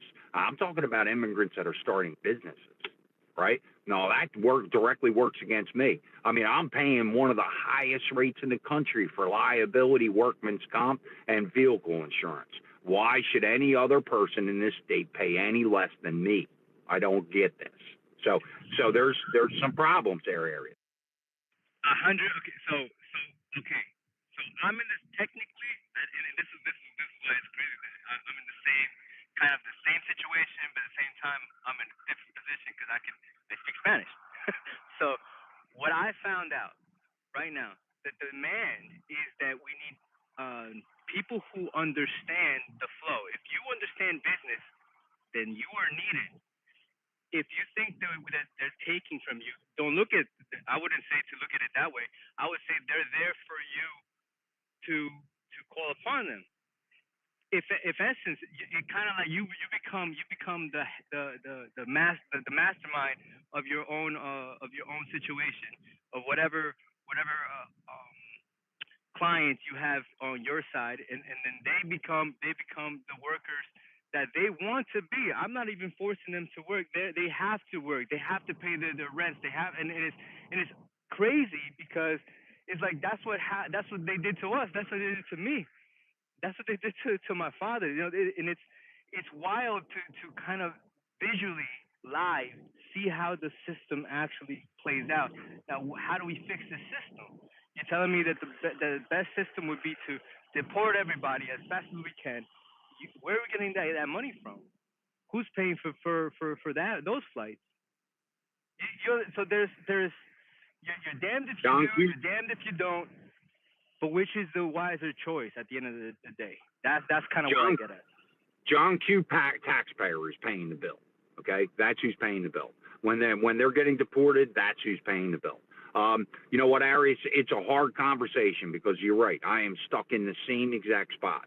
Now, my particular clique is a little bit different, right? But you should see all the guys out there, right? And some of these guys are using the cheapest guys, right? They, you know what? They're not checking to make sure they got liability and workman's comp. How are they writing them checks? I don't know. You're in business. How are they writing them a check without having to pay the workman's comp and liability on these particular workers when you get your insurance audit? So you know, dude, I've been down this road many times. And look, I'm sorry. Go ahead. To answer that, now here's where I find it to be like 100% on the client, on the person who's looking to get that job. If you want to pay cheap, you're going to get cheap results. And if that is what you want, do whatever you feel your heart wants to do. If you want good people, good individuals, and this is where, Marlon, you would be perfect in this scenario, because now you become GC. You're the general contractor. Hey, come to me. I have all the insurances. I have all the licenses, and I have the legal people that I trust, that I've been working with years. And then that becomes the pitch, and that becomes the way that you do business, because now you get rich completely. But at the same time, is who's willing to pay the bids, pay the stuff. At the end of the day, we all have to make a living somehow.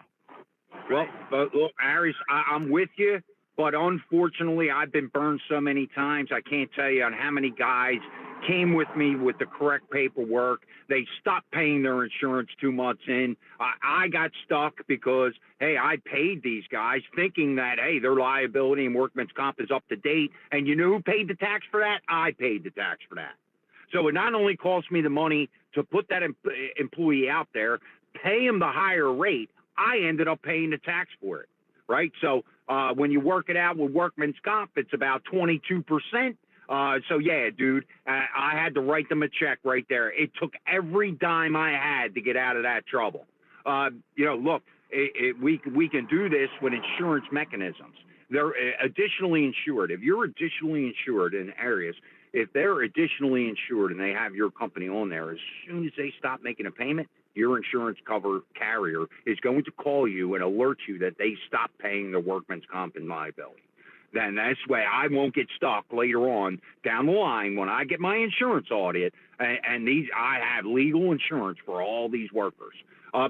Another good tactic too, and then we'll go to you, Julie. Another good tactic is that, hey, you'll have, and this is on the consumer. Here's your landscaping crew. They pull up and they're doing your lawn for $38 a week, right? How many of those guys do you think are actually insured? Maybe one, maybe two out of a 6-man crew. So this is kind of how they skirt it. I don't know how those bosses are actually paying for those employees and their taxes, because they're skirting it, dude.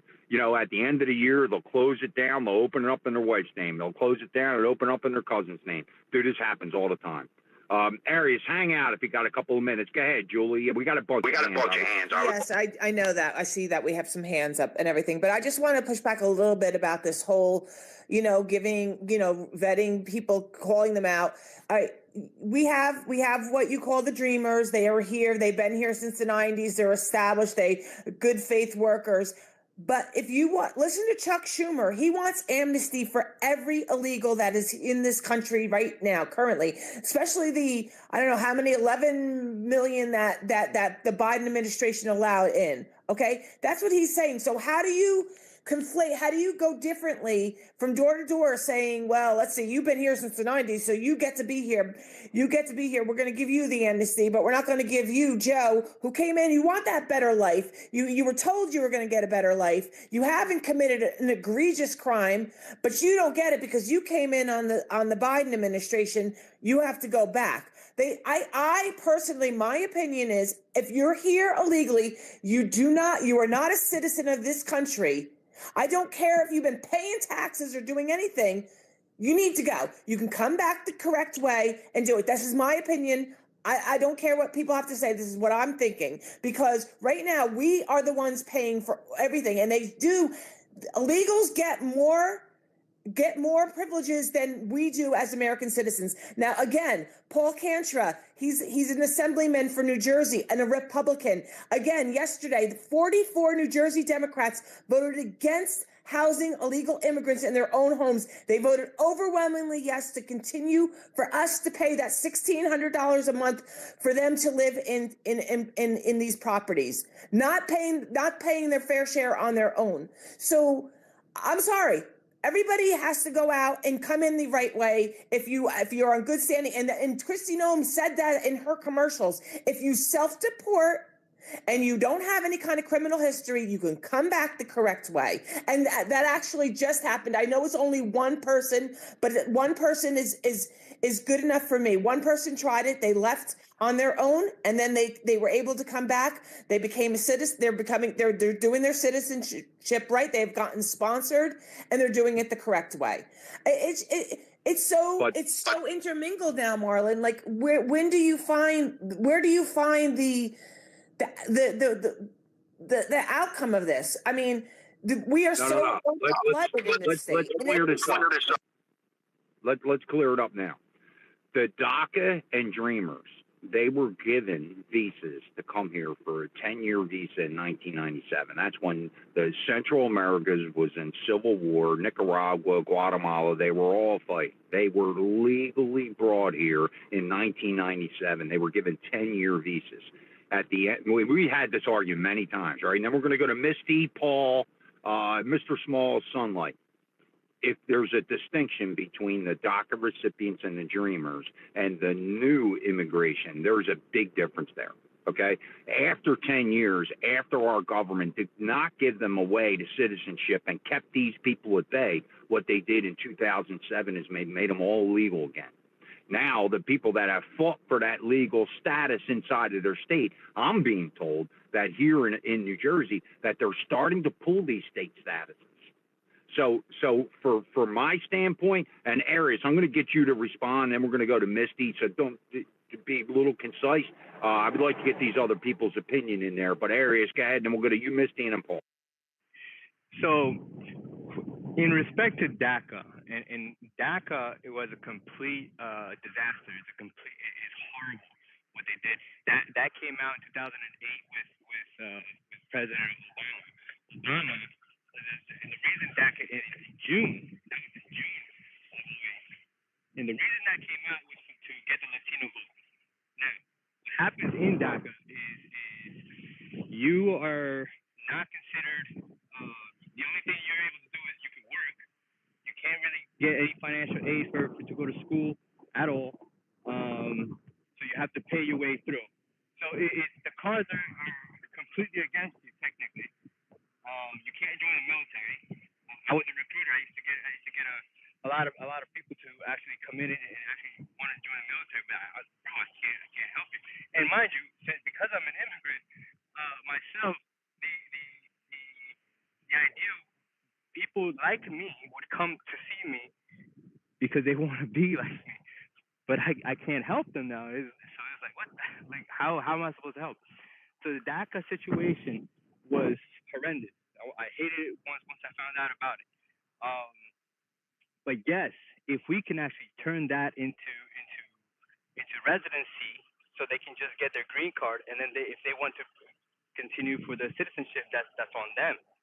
But just to turn it on to a pathway to citizenship, to residency, that would be the route. But the other thing, what I would like to say is in response, is they're going to do what they're going to do as far as the government's concerned.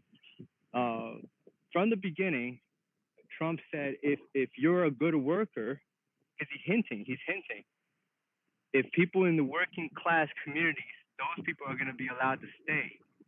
So for them, it becomes an incentive to just continue to do the right thing and stay. Whether or not you're paying taxes for it, what if you actually give them the opportunity to pay taxes themselves so that they can contribute to their own situation, and they have their own tax that is separate to the other community. So much can be done if the right people are put into positions of policy, new policy makers. Does that make sense? Yeah. And hey, let me go to Misty. I knew these people been waiting on. How you doing, Misty? Welcome up. And then we're going to go to you, Paul, and then Mr. Small. Hello, everyone. Thank you, Marlon. Good to see Julian, Truth, Sunlight, Paul, Nika, Arias. I kind of disagree. I have another point, but with this, this topic, because they could have gone and applied for citizenship. They could have gone and tried to get their, you're saying since 2008, 2009, they didn't have access to those departments is bull crap. And, I have been denied when I've needed help. I was a single mom with 2 children. In California, they told me I had to sell my car. My daughter was born with tuberous sclerosis. I chose to give up my job and work part-time. Well, my job didn't hold my position for me because I was a single mom and it was a Christian church preschool. So they took my job. And so, and I needed to work different hours. So my mom worked nights. I stayed, I worked.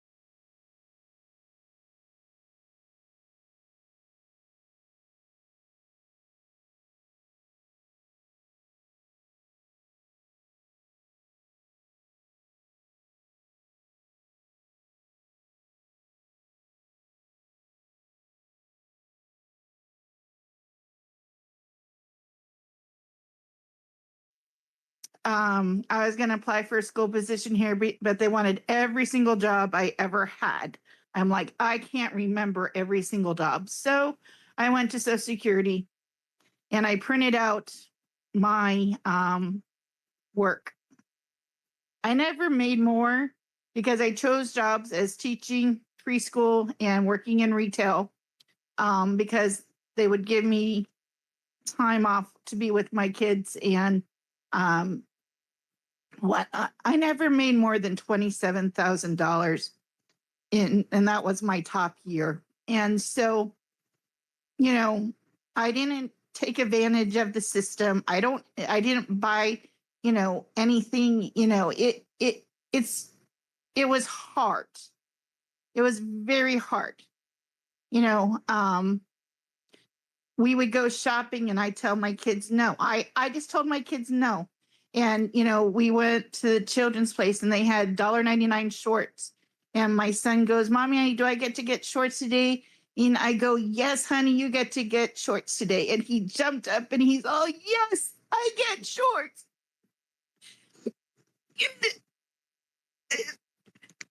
My mom married my dad.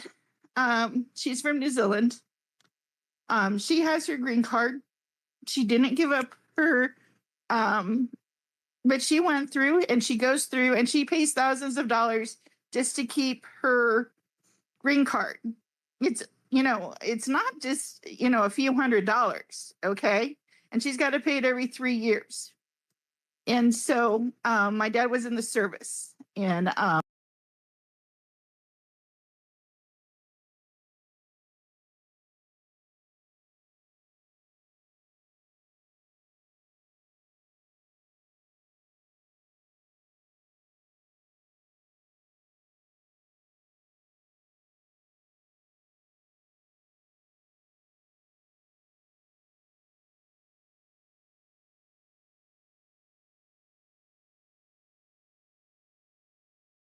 the legislation. We're being held hostage by 10 votes. I have a pinned document. I haven't shared it yet in the pill of how we can sue because we have no representation. We actually have constitutional law and statute because they're holding us hostage consistently and with a shutdown. Over 10 flipping votes. It's less than 10 votes compared to the 77 million that voted and mandated what we wanted and gave it to them, and they are still failing us so that they can keep their illegal system of being buddy-buddy and swiping our money. Do you realize that married couples and stuff have to give up half of their income to Social Security? And if we were doing it privately, we would get to keep both retirements. They're taking one full working life of an American. Where is that money going? No, we should be able to keep both pension interests. That, our employers didn't give us raises and didn't give us hours because of the 15% they had to contribute on our behalf into Social Security. This was, the government never even put in a penny, and they're getting to spend it and take it from us and say it's going to run out. This is bullcrap. We weren't given an option when we got hired. They just said this is the way it is. And so, no, I don't. We have to have legal lawfulness in our country, and we have to get the power back to we the people in our constitutional republic if we want to save it. Because we're not, it's getting overrun already. And they have this illegal system. That's all I heard from the GOP during their midterms and crap is, we're going to keep this. No, you're not supposed to be about the system. You're supposed to be about the Constitution.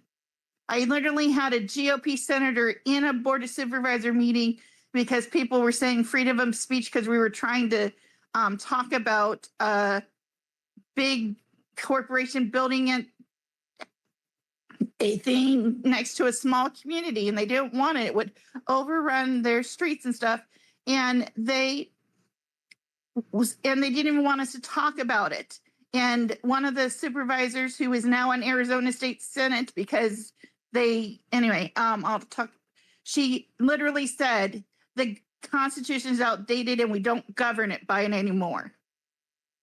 And so, this is what they do. And that's the system we have to take down. So I'm not asking you to follow me. I'm not asking you don't have to like me. All I'm asking is you go look at my pinned one. I'll put it in the purple pill, make a comment, give your opinion, spread it out. We need to get some backing behind it. And I'm having some lawyers look at it. I have one person maybe doing now I'm going to say the wrong title, but it's a pro quo warrant. I don't want to say the wrong name because I can't recall it right now. But I also have another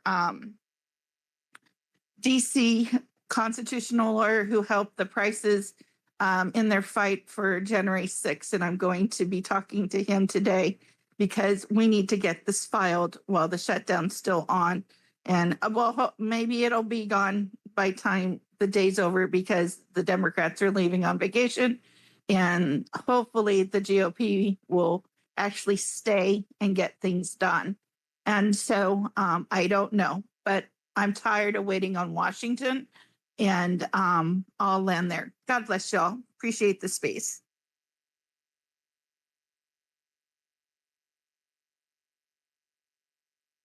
Can I go ahead, Marlon? Yeah, I guess they might have stepped away. Go ahead. Okay. Well, I was going to say hello to Marlon, say hello to everybody. A number of subjects I want to touch on. Missy was, I appreciated what she had to say.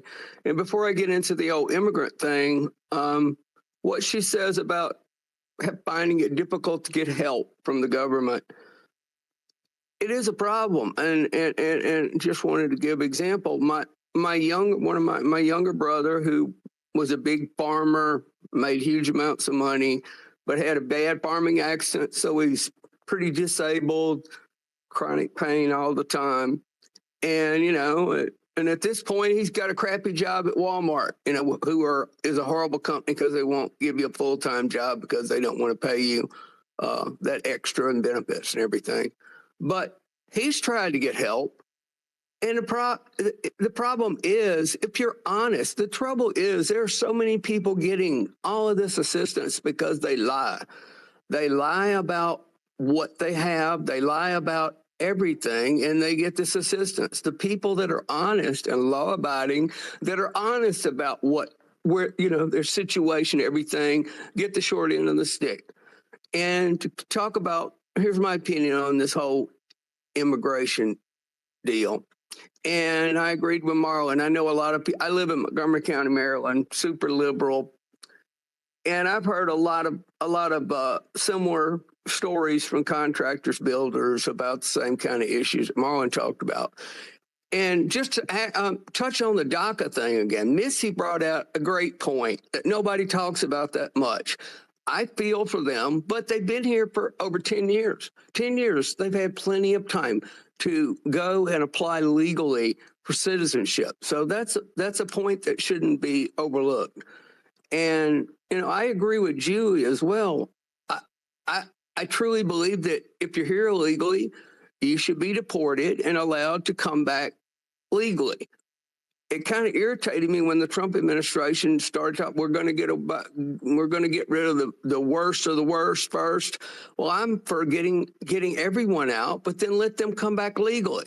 And the trouble is, and we were talking about, you know, illegals and the immigrants, people coming in and getting all this assistance. We know that people that weren't born here, and mostly these new immigrants, get a huge amount of Social Security, welfare, blah, blah, blah, food stamps, all that kind of stuff. We know that the Somalians in Minnesota, 80% of them are on public assistance, even after being here 10 years. So, you know, that's a big problem. We want to allow people to come in legally. We need those people, but when they come in legally, it's always been supposedly been the rules that if they weren't asylum seekers, true asylum seekers, they were going to apply legally, have sponsors, prove that they were going to be self-sufficient. You shouldn't be allowed to come in here illegally like they did under Biden, all these millions of people that come in and they're just on assistance. That's not the way the system is supposed to work. And not to keep rambling on, but one other thing I want to say, we were talking about the worries about, you know, somebody sabotaging a gas refinery or this or that. Well, it truly worries me what could happen. With all of these people that Biden let in without any kind of, you know, looking at them or vetting them at all. I think about, remember just lately, you've had these Chinese people that were arrested with biolabs. I mean, easily something like that could happen. I don't like to talk about it because I don't want to get them the ideas. There are things that these crazy people could do to terrorize our cities. I remember back when I lived in the D.C. area, back when we had the D.C. shooter that just, you know, traveled around, these two guys, and just killed people randomly. You know, it worries me that some of these types of things could happen. And Marlon talked about a dirty bomb. People just don't understand how easy and how devastating. You don't have to go to some nuclear site to get some kind of material for a dirty bomb. I mean, all hospitals, you know, medical universities, blah, blah, blah, all have radioactive material. And any of these morons, if they decided to get some of this radioactive material, go say, you know, Times Square or DC, and you know, it wouldn't have to be that much, but just think what would happen if we suddenly found that they had released all this radiation. It takes forever to deal with that. So that worries me too. It's not the big attacks. It's all these smaller things that could easily happen. Drones could, you know, there's just so much. So it does worry me a bit. You know, I want my kids to live in a safe world and Paul, we all do. We all want that to happen. And yeah, it's you know, we have to start somewhere. And like I said, it is so conflated now, and there's so many illegals here. You know, I just feel personally that everybody needs to, you know, they enough with the vetting, this, that, and everything. They had 20 somewhat years to vet these people, to play with them, to do what they want. it's everybody. If you're not here legally and you haven't tried to get here to become legal citizen, and maybe you pay taxes and you pay all these things, but guess what?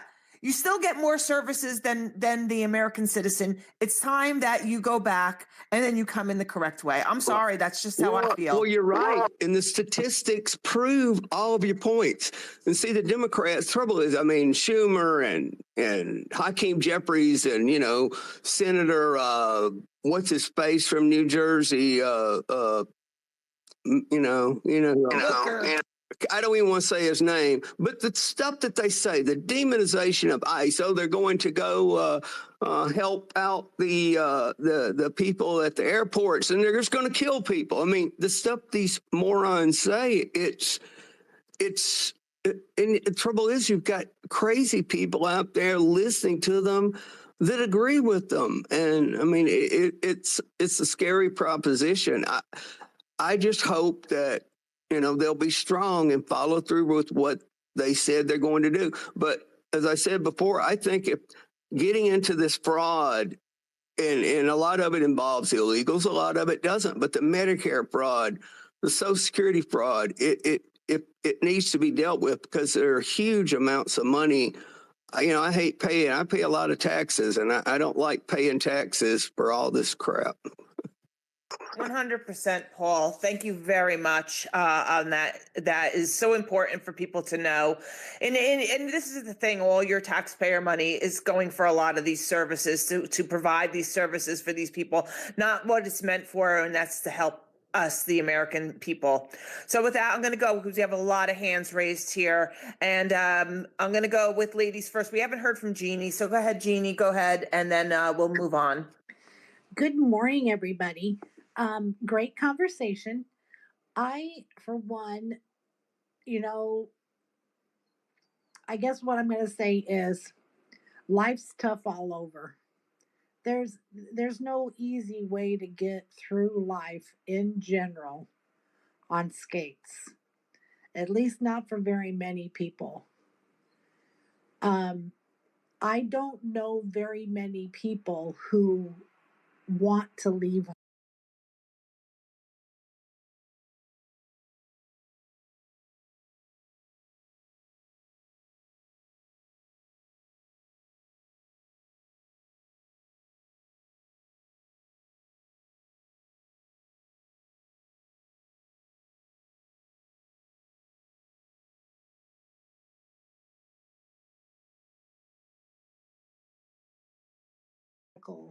Cuba. They want to go home. But they want to be safe. They want to have law and order. They want to be at peace.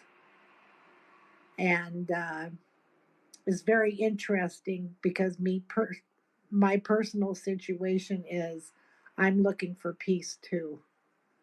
I can't stay where I'm at any longer. And it's heartbreaking because my father built this home that I'm in. It's been the hardest decision of my life. The house is literally the same age as I am. And it's been a very, very emotional decision to make. So I completely understand the legal immigration I support 100%. Legal immigration. But people will get desperate and they'll do it illegally. And I understand that too. The problem is that life's tough all over. You gotta do it legally. And that's my story, and I'm sticking to it. Thank you, Jeannie. And it's so true. People want to come to this country, and unfortunately, the last administration that let all those illegals in promised them the moon and the stars. And most of them came here and didn't get nothing. I mean, didn't get anything. And now they're stuck, right? But they're not stuck. They're given options. They can self-deport. They can be deported. It's up to them. And unfortunately, there is going to be good people that will get caught up in the arrests that the ICE agents are doing. But when do we say that this is a problem, right? This is a problem now, and the ones that are footing the bill is us, especially the middle class. We're the ones footing this bill and paying for it. And we're supposed to be getting all these services. Our infrastructure is supposed to be improved by all these taxes we're paying, and nothing is being fixed or done about them. It's just really to help these other people that are not assimilating, that are not wanting to come to this country and contribute. They just want to live off their government because the government is saying, don't worry, we'll take care of you. Just like I was saying with that assemblyman that said 44 Democrats voted against making illegals, pay for their own housing. Oh, no, we have to foot that bill. Marlon, are you back? Julie, yeah, sorry about that. A little disruption in the back there. Julie, if the white guys work just as good as the Spanish guys, here's the problem. They're not any better workers. They just are more motivated, right? The white guy's going to show up to the job. He's going to break out his phone. He's going to smoke a joint, smoke half a dozen cigarettes, get his coffee down. Meanwhile, that crew's inside the house. They got 10 or 15 sheets up. It's the level of workmanship. That's the problem. Now there's a problem. Now there's a labor problem, right? And Arias, if you don't see it, I see it. I know some of my main guys got deported, right? Framing guys, ceiling guys, drywall guys, they're gone. They're not here anymore, right? They got deported. So now, I look at it like this is an excellent chance for us as Americans, us as parents, to put those kids back out on those jobs. That, unfortunately, whether or not the legal immigrant can hold a job on a construction job, but I know our kids can. Isn't this a perfect opportunity to reinstall the labor gap that's been missing in this country for 25 years? Because that's what's happened. So, can I add to that? Yeah, and then we're going to go to Mr. Smalls, and I know you've been waiting, Mr. Smalls, and I know some like Rusty came up, and Brandy, I'm sorry. So go ahead, Aries. So what you're saying is 100% true. The new statistic that's coming out also is for every 7 contractors, like the ones with licenses and all that, all the accolades, for every seven that die, 3 of them are taking their place, which is there's going to be a bottleneck shortage of trustworthy individuals. So one of the biggest things that we as a community can do as a whole is create trade schools to start bringing in our kids, to start in teaching them to a standard, right? That's where the military, the veterans can get all together and start teaching this to the new generation. That's the effort in which I can foresee a brighter future ahead. Amen. Hey, let's go to Mr. Smalls and then Julie and Truth. I got to step away another minute. Mr. Smalls, how you doing? And Paul, I did hear your hello. Hello, Paul. Okay, Mr. Smalls. Good morning, everybody. Another fantastic day in Canuckistan up here. We're in for a snow squall, so I'll try to be brief. You guys are so on topic. The illegal immigration, let's say it again, illegal immigration is rampant pretty much everywhere. Obviously, being from Canada, it's more so that they just don't care if it's legal or not. They're just importing as much as quickly, more faster, more quicker. I wish that our government would put or some sort of group together like ICE into our airports. Last week, we had Iranian terrorist regime land in our airports in Toronto. Within 24 hours, he was out on the street having a rally with his people. Please do as much as you can to talk with anyone you know that is on the fence, whether it's good or bad. Get them on the other side of the fence. You know the drill. Give them that red pill, slow and steady. The awakening's coming. It just needs to happen. I know that it feels like everything is falling apart, but fortunately enough, you have a president that is trying his hardest to push laws through, to get things passed. You have bad actors in your government. Unfortunately, it seems that they just don't want these things Because if they do get rid of these illegal voters, obviously we understand that there's 20 plus million people and votes that won't be cast. In Canada, it's basically the opposite. We are giving tens upon tens of thousands of dollars to these people. Yesterday, everyone obviously freaked out. The internet went crazy. There was that crash down in the airport there. The plane hit the whatever. It doesn't matter. The Canadian government. Sorry, go ahead. It hit a fire truck. Right, and our government's great plan for us up here was, oh hey, there's not enough air traffic controllers, so we're opening up our immigration for temporary foreign workers to come be air traffic controllers. It's upside down. It's backwards. I don't get it. Temporary foreign workers, never temporary or like at all. So when these people come, why would you want to be a temporary worker at such a high position? You're going to push for a full-time position. And then the Canadian immigration laws basically state, if you're here, your whole family can come, extended 3 generations, pretty much. Bring them all. We'll fund you. We'll subsidize you. Here's our free everything that our socialist Marxist agenda here wants. It's getting so bad up here. Bill C-9 is a Freedom of Expression Act. They've pulled the religious part of it out yesterday, apparently. It doesn't really matter. They're one reading passed to royal assent, which basically means if you meme a meme that is spicy and they don't like it, you can serve up to 2 years in jail for it. So if you don't see me around for a while, that's where I've gone. Our Prime Minister also is pushing our Supreme Justices to pass a bill that allows them to take away provincial jurisdiction. So if that's the case, he's working on a majority government. He's stealing conservative people and NDP people by covering up their scams and all sorts of money laundering that they're doing. Here's $1 billion here. Oh, your husband has a company there. Here's a couple billion. It is getting out of control so quickly. You guys, Trump is doing his best. Put your full support behind him. Some of the things you like, some of the things you don't like. But just look north. We have so much wrong here and nobody can stand up and have a voice because we are just being squashed. I'll yield back, but I do want to mention I did get nuked on my other account. This is a new account. If you like what I'm hearing or whatever, follow me back. I'm trying to collect my friends again. Thank you so much, Marlon. Also, get the trades, like the labor gap is huge in Canada. Also, but we're trying to fill it by just collecting other people from other countries. If you had these skills, why not help your own country before you try to migrate here? And when you do it legally. Our legal immigration process is ridiculous. They are trying to put it down to a 20-question survey on the internet, and you don't need to pass anything else. You need 80% right. So 15 questions about Canadian heritage, and you can become a citizen. It's just a farce at this point.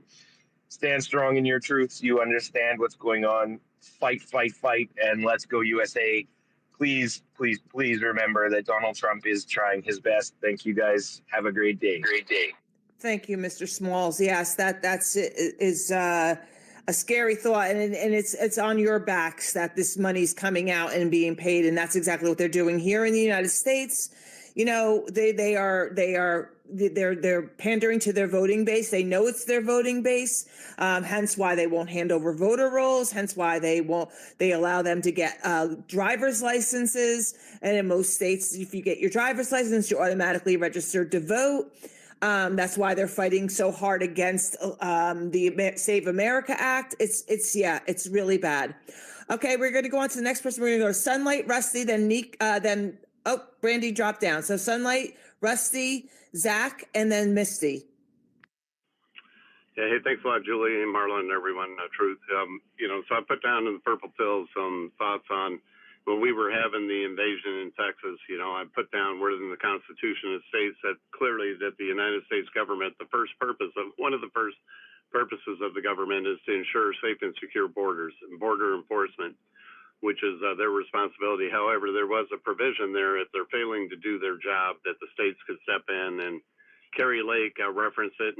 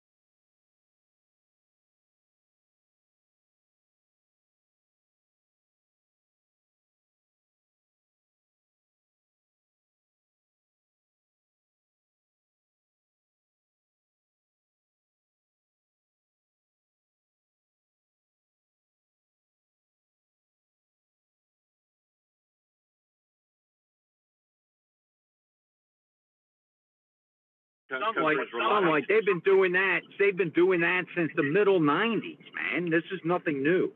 It's nothing new, but it's just a matter of willpower and enforcing it. So I see the Democrats. They'll state that this XYZ, this is going to disenfranchise. I said, look, it's like when Trump got on stage with Hillary Clinton, and when I sat there and said, that's the man right there when he brought up the tax issue. He said, you've been a senator for how many years, and your husband, you had a chance to change the tax laws. If you thought the tax laws were unfair, that we weren't soaking the rich enough, why didn't you do it?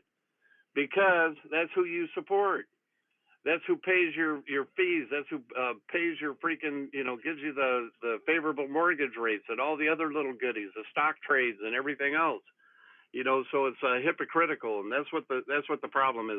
It's willpower.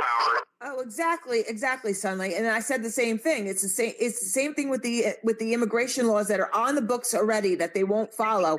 And their big talking points is we have to fix the immigration laws. We have to fix immigration laws. But there's already laws on the books. Just follow them. Yeah, and so anyway, put some information down there, and then the visa system. Marlon, I've talked about this before. There are 186 different visa categories. Hello, there's a famous clip of Cesar Chavez, who represented the Farmers Workers Union, in California, on Dick Cavett, where he turns to Dick Cavett and he says, "Hey, we need to stop all these wetbacks from showing up and taking the jobs of the workers that I'm trying to represent, and get fair labor laws established and some benefits instead of, just taking advantage of cheap labor."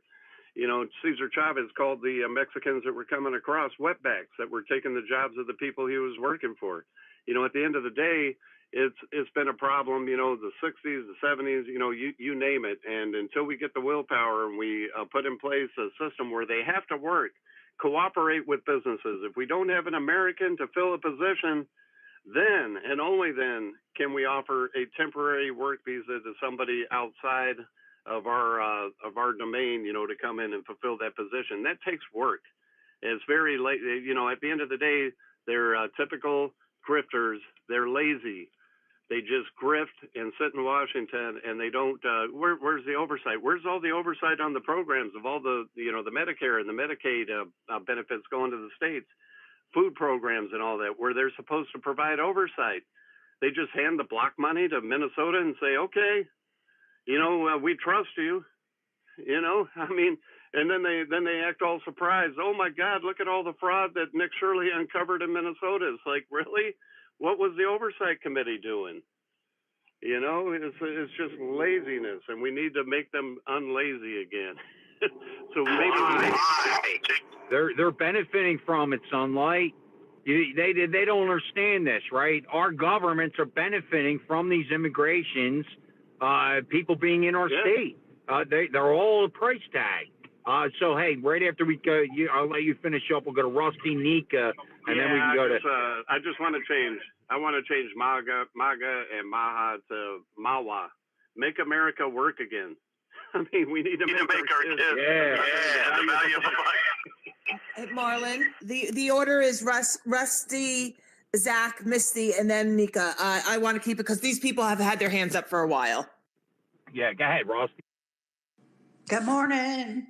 Y'all know how I feel. I want them all gone. I want all the illegals gone. I don't care about any sad top stores. I really don't. I don't care.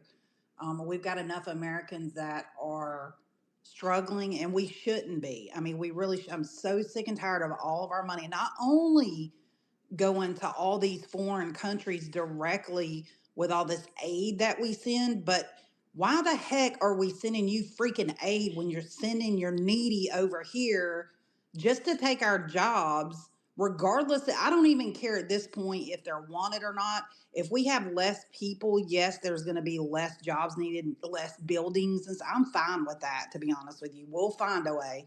And we're real good about looking out for one another, too. I really don't care. And I'll tell you at this point, as far as I'm concerned, Trump's ultimatum of get out or you're not, if we catch you, you're not going to be allowed back in. I feel like that's already passed and that should be in effect and enforced now. You know what I'm saying?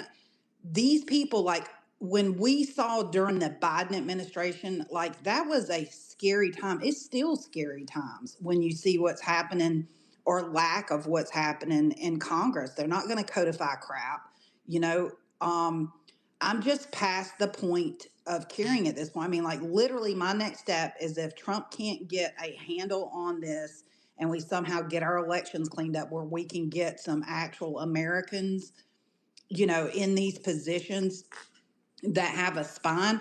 My next stop is to stop paying taxes. I'm sick and tired of paying for my own demise. And I just, again, I go back to, I really, these people, like during the Biden administration, I remember thinking they're going to vote to sell our country down the river. These people that come over in such a fashion where it's so fast they're not able to acclimate. There's so many of them. You're seeing areas in the country where it doesn't even look like America. Do you know what I mean? And they're bringing their customs, their crap with them to turn us into a third world shithole just like they came from. You know, it's just like the Democrats moving from up north to down south and turning us purple. You know what I mean? I'm like over this crap.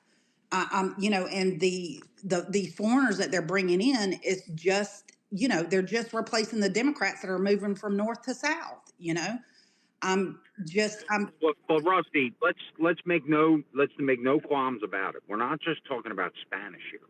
We're talking about, and especially here, right? Now, maybe it might be a little bit different in the South or from Texas or whatever, but, you know, it's not just the Spanish, right?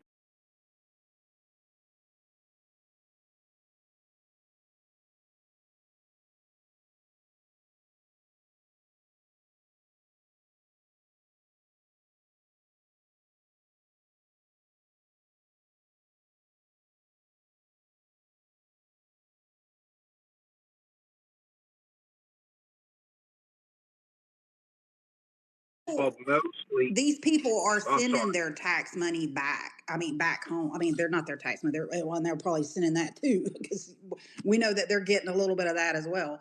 But they're sending their money back home. Look, I had Trump's talked so much about taking the money from Harvard that's going to Harvard and redirecting it to trade schools.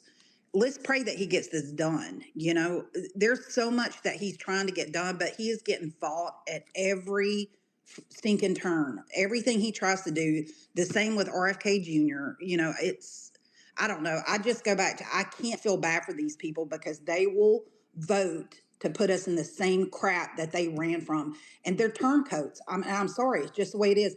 If something happens to America, I'm not going anywhere. You're not going anywhere. We're going to stand here and fight. They didn't. They turned coat and ran, and they'll turn coat and run to Canada or wherever else they can too. These are not Americans that are coming in, and I'm sorry, it's just not.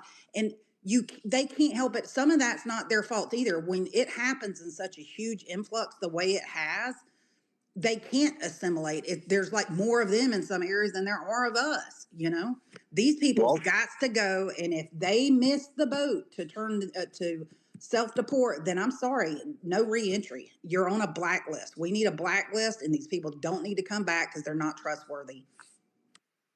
Look, it's just like the Somalian thing, right? Everybody screams, "Oh my God, Omar, Omar." Omar was a freaking genius.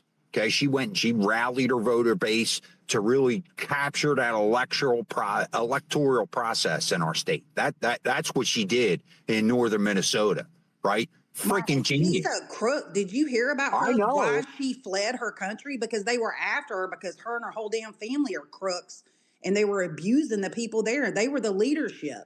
She fled. They fled for their own freaking lives because, I mean, and then she's bringing that crap here.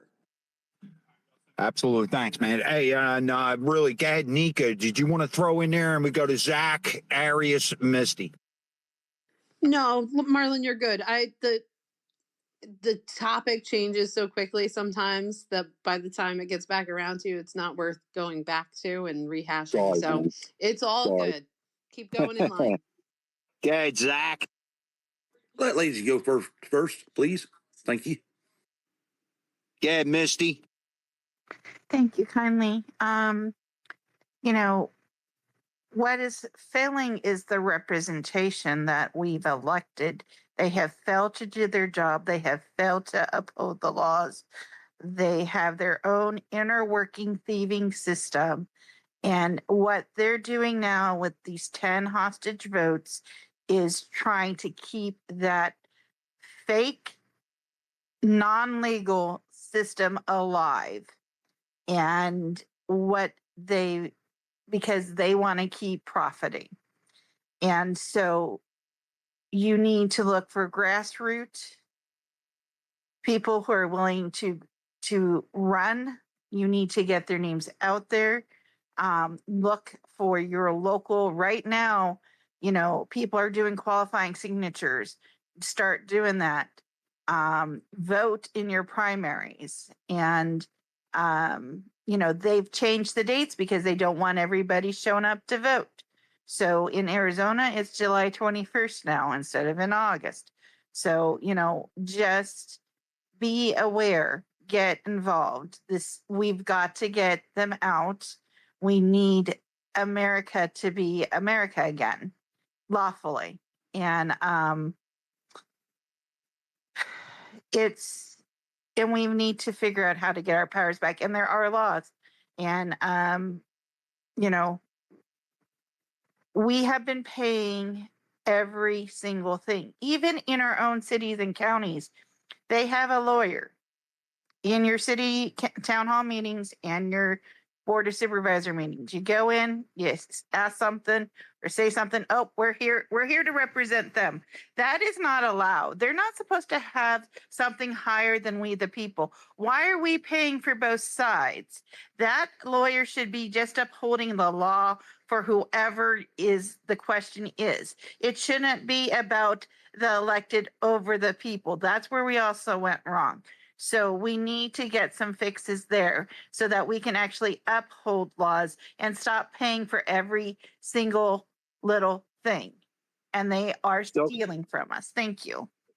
So, Misty, what you're talking about is our rights being trampled on in our states. You know whose job that is? That's the AG. The Attorney General in your state is supposed to fight for your rights inside of your state. This has become a political position. They're not out there fighting and aggregating for us, Misty. Right? Why aren't we following like workmanship laws out of Canada? Do you know there was an outfitter that wanted to hire me, but you know what? They had to go through every other applicant from Canada before they could hire a U.S. citizen. Boy, that's not the work here. Why can't we adopt that? If there's no kids that want to learn how to do drywall, or there's no kids that want to go to welding school because we got shipbuilding coming back to America, well, then maybe okay. Then you have some room for immigrants, but it should be offered to our kids first. Can I just respond real quick? Sure. No, I totally agree, but I do believe there's kids out there. If you see the kids now, they are. It so means so much that I see kids gathering to pray and to sing, and they do want America back. And I do believe they have, there are more out there, but we don't have the infrastructure because we moved away from it. And to give them the places they need to learn those skills. And the point that we're paying hundreds of millions of dollars to university and colleges, yet students are $1,000 in debts. They pay the amount they borrowed, but yet they still owe the same amount or more. We're getting robbed every way. And why do we keep giving these private and public institutions all these millions of dollars when they don't even teach about them? It's just ridiculous. We have to stop that, and they don't deserve it. The students are paying to go there. They don't need all this extra money. I'm sick of it. Why are they getting $400 to $600 million? That's ridiculous. Yeah. Why would Harvard need it? Harvard's one of the most Ivy League schools out there. Exactly. Why would Columbia need it? Think about the tuitions that these parents are paying. They're the ones that should be pissed off. right? So thank you, Misty. Go ahead, Julie, and then Arius and Zach have been hanging on, and Arius, I really want you to hang out because hey, we do click, and I understand the metric there. So go ahead, Julie. Yeah, no. What you said was a really good point, and the American kids should be offered these jobs first, and they should be given the opportunity. And I see it a lot more and more. Even kids that come into my field of work, which is a respiratory therapist, and they see that they're really, that the money's just not there, and then they look and they see that there's these possibilities, but then, they haven't been given that opportunity, whether to go to a trade school or to learn that trade. It is important, and we need to bring that back. But as far as the colleges getting the money that they're getting, that's why they're getting that money, because they are beholden to these bureaucrats that are saying, listen, we'll give you this money, and you keep indoctrinating these children and steering them the way that they're being steered. So they're coming out of school not really thinking that a good career would be as an electrician, as a sheetrock person. I mean, you know what I'm saying. Yeah, they don't understand it. Drywall person. I mean, what I'm trying to say is, because I couldn't get that out fast enough, is that they're not they are telling them, no, you have to get that degree. You have to get that degree in English and whatever, and then you can be a scholar. You can do this, you can do that, and then they come out and they can't really do anything. So yeah, it's a problem. And also, Marlon, you were away, and I just didn't know if Mr. Smalls had to start up a new account because his last account got nuked. So guys, please follow Mr. Smalls again. This is his new account. I just wanted to say that because he is a great contributor to this space, and he really informs us on what's going on in Canada. Let me tell you, we're watching the immigration thing go on. If I was a parent and I had a kid coming out of high school, I would absolutely put him into those trades. If anything else, while he's going to school, he will be able to make money being an electrician or a drywall guy. Let me tell you, if you just knew how to do a drywall patch, you could go to work tomorrow, right? It is absolutely up to us as parents. We have not made those kids uncomfortable. We've made it too easy for them. Whenever they have a problem on the job, just quit or whatever. That's not the right signaling. No matter what that kid's doing, whether he's digging ditches or he's doing drywall, force that child to do it. Make them uncomfortable. Make them cry. I really don't care. Make them cry, because in 10 years, that kid who knows how to do drywall or that kid that knows how to do electric will be able to run and name his price. Just think about the future. Put those kids into welding. They got shipbuilding coming to every one of our mothball fleets, Philadelphia included. So put them back to work. Go ahead, Zach, and then we'll go to Brandy, and then Arius. I want you to kind of wrap it up with us here. Yeah, we'll put these Americans back to work. We'll be greater than ever. And illegals, they need to come back legally, pay their little $10,000 and come back legally. That's what they need to do. And quit sending their monies to home. If they want to send their money to home, make sure that their families can come legally. That's my 2 cents.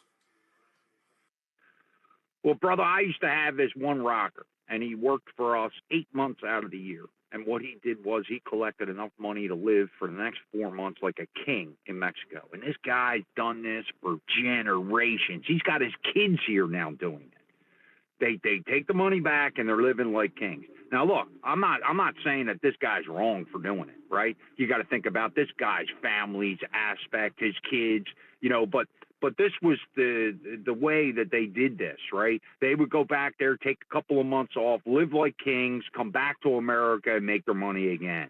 That's how the money's getting, brought back to these other countries, right? And if you think about trickle-down economics, if you take the money out, like you were saying, Sunlight, you take the money out, and it's going back into their economy, well, then that's not really helping, right? Well, isn't it better that the Trump administration is putting forth this immigration process, English proficiency for truck drivers? I think you should have an English proficiency to be able to join the workforce. It's impossible. So, hey, I think they're all good points. I definitely want I see Shell's still in the space here. That's exactly when she's going to CPAC, right? This is what I want those people to hear, and the representation out of the American people that are in these spaces, not the idiots. We're separating from the idiots. It's okay. It's happening. So let's go to Brandy, and then we'll go to Arias and let you kind of wrap it up for today. Well, thank you, Marlon. Boy, I was having a problem getting in and out of here. So I wanted to share, and you probably called on me earlier when I was away on a call. I wanted to just, and I'm sorry, I don't mean to start a whole discussion on this again, but there was something said that I don't understand how it's possible. I believe Misty had shared, she was talking about Social Security earlier. Being someone that has written paychecks for people, I've never known Social Security to take over half the income of anyone. Social Security since 1990 has been 6.2% for everyone as the employee, and then the employers, of course, match it. But there was a temporary reduction between 2011 and 2012, lowering the employee rate to 4.2%. So I just don't understand. Maybe she's talking about in the gamut of things, half your Social Security is taken, but I just wanted to specify, hold on one second, I'm not done talking. I just want to specify that as someone that did write paychecks for 15 years for a very big company, I've never in my life seen Social Security take half of anyone's income, including my own. And that's no matter what you make, right? Because 6.2% since the 90s, that doesn't equate to 50% in any way you slice it. So I just don't know where that's coming from, what that number entails to get to the 50%. But I just want to say that out loud. I'm not pushing back on anything else. Absolutely, I'm for legal immigration. I've assisted many, and I'm staying very surface level to not dox myself. I have assisted many people coming over with a, lack of better words, green card, because we wanted them because of their expertise in the profession that we had as a business. And I've never I've never seen the 50%. So just wanted to clarify some of that. Again, I'm not against legal immigration. I'm just for the legal way, because I've seen many people have to spend thousands of dollars to get here legally, stay here legally. I've done the paperwork for them, assisted them, done the interviews for them, all the things, and I just don't understand the 50%. Thanks. Okay, Misty, and then we'll go to Eric. Yeah, I'll be quick. It probably came out soft. Married couples, when you become married and one of your significant others pass away, what I was saying, if we were able to choose and keep it for ourselves, we would have both incomes invested, and we'd have that investment and that 15% that our employers paid. But if somebody passes away, the government gets to keep one of those person's income. I'm not saying Social Security, but that's what they're doing. And you get the higher investment of whoever made the most money. I wasn't saying that from our paychecks that they were taking 50%. I was trying to say when you're a married couple and your significant other passes away, and I apologize if that didn't come out clearly. I do talk fast because so I apologize. But as a married couple, they do reduce you to one of those saved incomes. And if we had the choice, which we were not given ever at any job, they said, nope, you're getting it taken out anyway. It's just how it goes. And if we had both of those incomes in our own way, we would have been able to keep both incomes and be able to live off of both of them, and not just the one that had the higher earning income. And so that is my point. And why have we allowed this for so long? And a friend just so Misty. Oh, I'm sorry, guys. I was just going to say, one of my friends I was just speaking to a little while ago, they go, yeah, my mom went in there and she her husband passed away, and she's like, well, where did my income go? I worked. Yes, you're giving me his, but I worked. Where is all that money? And she just wanted to know where it goes to. Where is my income that I earned, and I invested in of my paychecks? Where did it go? And they can't even give her the answer. She was escorted out because she refused to leave and kept repeating the same question. Where did my money go? And they can't even answer that. And so I'll just land it there. But it's about when married couples and you lose a partner, you only get one of the incomes out of the two that you work for. And so that's what my point was. I apologize for the confusion. I understand. Guess what? You know what, Misty? So my father, he worked for the government. He worked for NAVSES. They were the Boilermaker systems for all the ships in our Navy, right? So at a point, they had an annuity. My father never paid a dime in Social Security because he had a government annuity that he was contributing to. So when my father passed away, thank God, my mother still had Social Security. She still receives the benefits from his annuity because, that was his, right? He's the one that.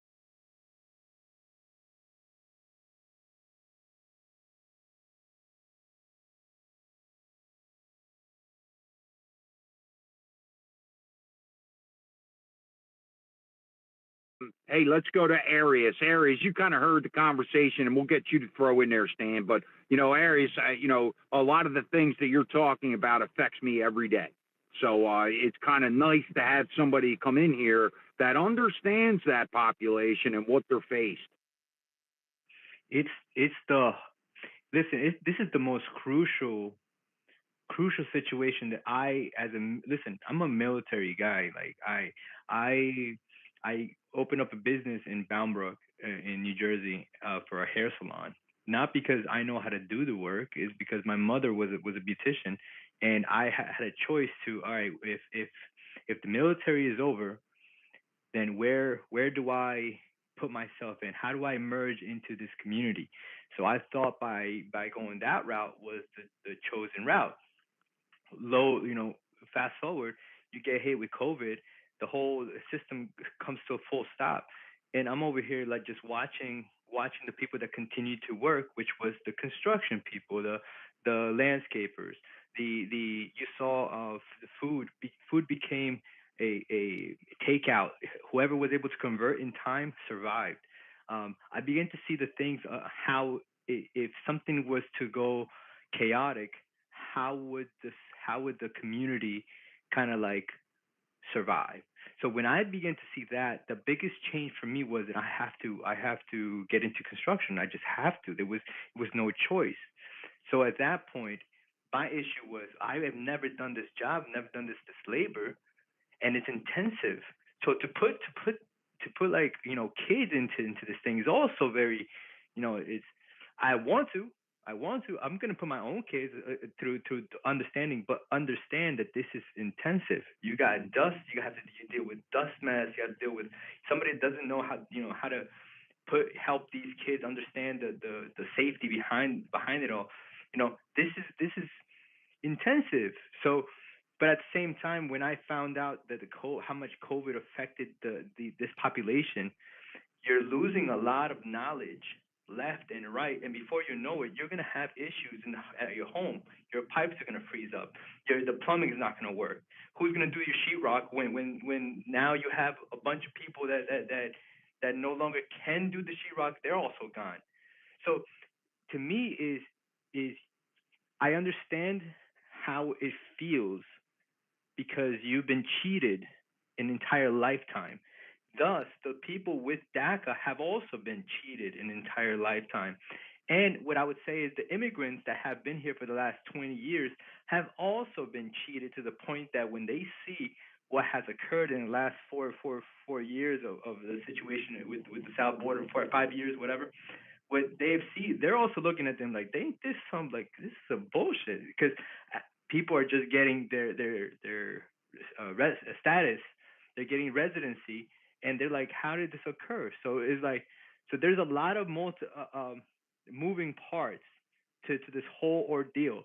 But the biggest thing would be, how do I become a player in this to help the community. Yes, I think by you guys having these conversations online, you are already contributing, and thus you should be getting paid for your contributions and your time spent on having these conversations with loads of people. The question is, who's going to pay you, right? Should X be paying you? Should a group that you guys come together be the ones that actually get money funded from the government, so you also be paying you? Maybe that's already occurring, and that's happening. That's happening like broad, like it's happening worldwide, to be honest. So we're little by little we're walking down a global scenario, none like so to speak. My understanding is, if you guys see the people that are trying to come to the United States, is because they think the United States is like the best. At the same time, we're from the United States, we're looking outwards and we're like, there's a lot of investment and opportunities in all of these other countries. Why? Because we're the ones with the funds. It's insane. It's the same situation. I'll leave with this. If they were to change the money system to a new system in which incentivizes the people that you're going to receive, that like everybody's supposed to receive like some money for the lifetime of suffering or whatever. Like if you're incentivized, if you go back to your country, you can only get the digits, the coins from that country. At that point, it would be an incentive to just go back, because at that point you have your monthly thing. But I'm not saying that's what I want. What I'm saying is we're creeping because of the opinions you have voiced. We're creeping along a solution that involves such a choice. So I'd be, the more you guys talk, the more you guys kind of incentivize the globalization of it all. So it's kind of like it's a two-edged sword. Take care, guys. Well, you know what, Arius? I'm still waiting for my paycheck. I don't know if Truth got his or Julie got hers. But you know what? I've been speaking like this the entire time I've been on the app. I've understood the labor gap in this country needs to be fixed, and the Trump administration is putting it out there for us to fix it. It's telling the parents to get your kids out of the way and put them in those jobs, whether or not you think they're medial or not. It's the education of the working ethic behind it, right? That's what we're missing. We're not missing the intelligence to be able to do sheetrock or electric or plumbing. It's whether or not the kid has enough gusto to go out there and learn it. So for me, Arius, listen, I want to come out here. I want to educate America as much as I can. If I can give them my experience, well, maybe it'll raise the antennas for other people to say, holy shit, Marlon was right. Look at this. Go pull up to those jobs. Anywhere. And, it sounds like you're familiar with Jersey area. So, all these jobs, dude, right? Go on the jobs and go look.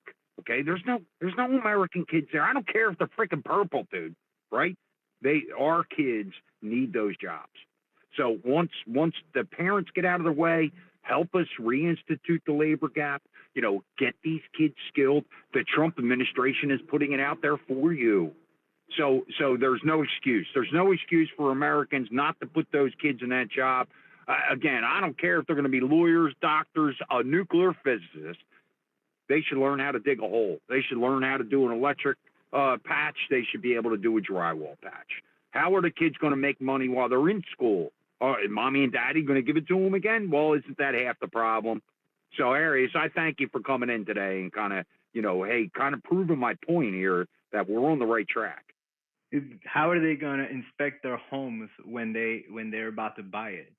Like, that's an insane thing. Wait, you could call me anytime. I'll be more than happy to charge you an arm and a leg. More than happy.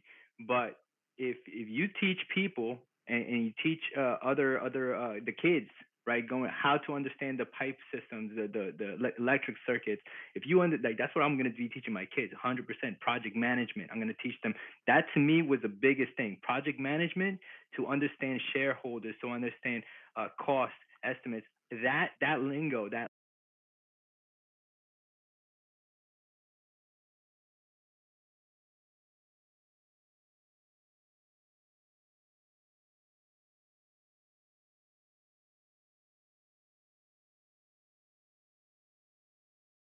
a product owner to get to the this is the American way to me. That's the end all be all to that for me.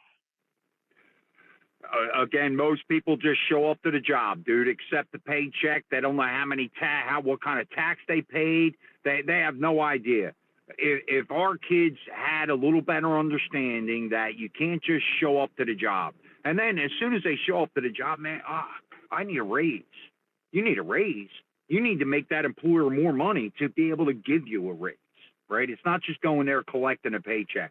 So even a menial job of flipping hamburgers in McDonald's would show them, hey, the commerce end of it, right? And give them an education that, hey, this money isn't just out there for free. So, brother, thanks for coming in today. It was great to have you today. Go ahead, Julie.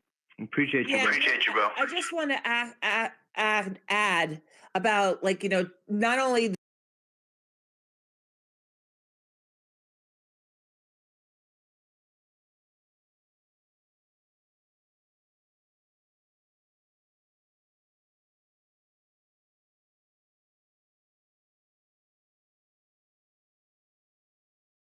when I went to school for respiratory, which was a while ago, I'm not going to sit here and age myself, but basically you had to kind of prove yourself. And if you didn't, okay, you weren't, they held you back. They didn't advance you on because you had to be proficient in a lot of the things that you were learning.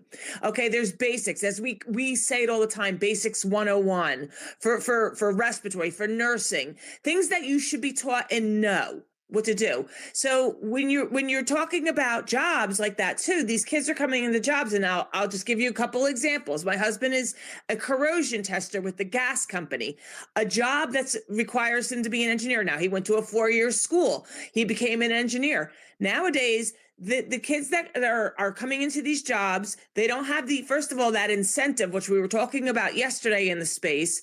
And they also don't know about what a job is to complete. So my husband has a timeline to get to go visit all these pipes that are not the new pipes that are put in the ground, the PVC piping, but there's still a lot of metal pipes that he has to check, and he has to make sure that they're working properly. They're not corrosion, they're not grounding, they're not the electrical part is meeting it, and it's not going to sound off, otherwise people won't get their gas. Or there could be explosions. So there could be a lot of problems. Nowadays, these kids are coming out and they're like, well, it's too rainy out. I don't feel like going out into the field today. Or it's a little cold, so I think I'm going to stay in. And there's no one telling them, no, you have this job to do. You have to go out and do it. Okay. And then it's the same thing with respiratory and nursing. Like I said yesterday in the space, I had a nurse who didn't even know what a non-rebreather mask is. That's nursing 101. You have as low as you can go as a nasal cannula, as high as you can go as a non-rebreather for your oxygen masks to give non-invasively, okay? And she didn't even know that. And that's scary to me. So why are they not learning the proper stuff? So it's not just the trade schools, it's other jobs that are important too, that we need good, skilled people to do. So I just wanted to add that too. I'm stuck on that, Julie. I'm stuck on the trades because they can instantly start to make money. That's why, and I'm connected to it, right? I'm exposed to it every day. It's easy for me to pick out. That's why I use that example. And I'm not just talking about drywall. I'm talking about every facet. How about some foundational things, concrete and foundations, all kinds of things. Aris, you brought up blueprints. You know what? If a kid knew how to read blueprints, dude, he would sign his own ticket. So again, for me, I'm geared towards the trades because I think they can make money instantly. That's the difference. So hey, we are kind of coming down to the end of it. I do want to get a couple other speakers in there real quickly here. And Polly Girl, how you doing? Or Paley Girl, how you doing? Welcome up. Doing great, Marlon. Thank you. My first time speaking in your space. But I'm sitting here looking at the youth workforce. We have the American workforce. And I'm an older person. And, I brought my kids up in the 70s and 80s. And I think back of my education, and I think we parents need to do the same, and I did with mine. Our kids need purpose in their own home. They need to learn trades in their own house, even whether it be simple cleaning their rooms, cutting the grass, raking the leaves, not having the landscapers come in and do it for the family all the time. They need to learn to do these things at an early age and have a sense of accomplishment. Whereas we did this 80s start spoiling these kids a little bit and not holding them accountable for being part of the family, part of the structure that we have to have a home. And I think it separated a lot of our kids. And we can even probably put some of the mental health issues into those areas of no self, what's the word I'm looking for? They don't have a sense of self because they didn't accomplish anything. They're sitting behind a computer, behind a cell phone, doing all this stuff. Whereas you go out and you work and you see the grass cut, you see the leaves raked, you have a sense of worth. You say, oh, I did that. It looks nice now. Looks good. Simple wintertime, clean your room, get the vacuum out, get the dust rag out. Even my boys did these things, clean the toilet. These things were mandatory in our house to be part of the family. 14 years old, we had a contractor who lived nearby. I asked him, can he work for you during the summer and when schools are off? Got a work permit. He worked for him, pouring concrete, doing drywall. He learned all these trades while he was still in school. And when he got out of high school, he went to work for a major company, being a, it's kind of like a service writer in the auto industry. You go out and do bids, do contract bids on government projects. He did that, and he had a trade. He had a skill and proved himself, worked on some of Aberdeen Proving Ground's biggest projects for the Army up there. Now he owns his own business. He got tired of the contracting business, and he started a marketing business. So now he is behind a computer. but he worked his way into these areas because he had accomplishments and he felt self-worth about it. And that's something a lot of our kids don't have because it's easy to put them behind a screen and ignore them. We don't include them and make them responsible for their own spaces and part of the family space where we can. We tend to pay someone to come in and do it. We would have plumbers come in and let's watch the plumber. Let's see what he's doing. Let's learn what he's doing so we can fix it next time and not have to pay him. So these are all little things that we as parents and grandparents can do to bring our kids up to where they have a sense of accomplishment and self-worth. And my father did that with me. We built horse stalls. We put up fences because we had horses and cattle and all. So we learned skills. We could fix anything. I mean, we didn't need to call somebody to fix it. We could fix it if it needed fixing. And because we learned how to do it. So that's what I wanted to say. We need to start with our kids now, our grandkids now, so that when we have industry coming back to this country and shipbuilding and so on, we got kids that can do it, that are used to doing work, that aren't used to sitting behind a screen 24/7. So that's where I'll land my plane. Holly Girl, thank you for coming up. And hey, it was the first time you sound like you spoke in a lot of spaces. So don't ever think, just come up here anytime. And I love the interaction. I used to be a riding instructor. I had my own riding school for many years and trained horses and all. So I'm used to dealing with the public, so to speak. But thank you. You're welcome. And quickly, I reflect on something that, hey, when I was a bricklayer, right, there's a particular bank here, and it was Commerce Bank at the time, and now TD owns them all. And anybody that's here in southern Jersey, any of the ones that have the white bricks on them, I did them. So every time I go to one of these banks that hey, I installed those blocks, I'm the one who cut them. Yeah, dude, I did, Darius, I did every one of those TD banks. So when I roll into the drive up or I go stand next to, I'm looking at what I did 25 years ago, dude. It's actually pretty cool. And when, Playgirl, Polygirl, that's what you're saying as far as an accomplishment. There's zillions of jobs that I drive by every day that I did, and it's great. I'm able to look back and say, hey, man, I did that. So, Polygirl, great point. You were right the first time, Marlon. It's Playgirl. Is it Play? It's Pally Girl.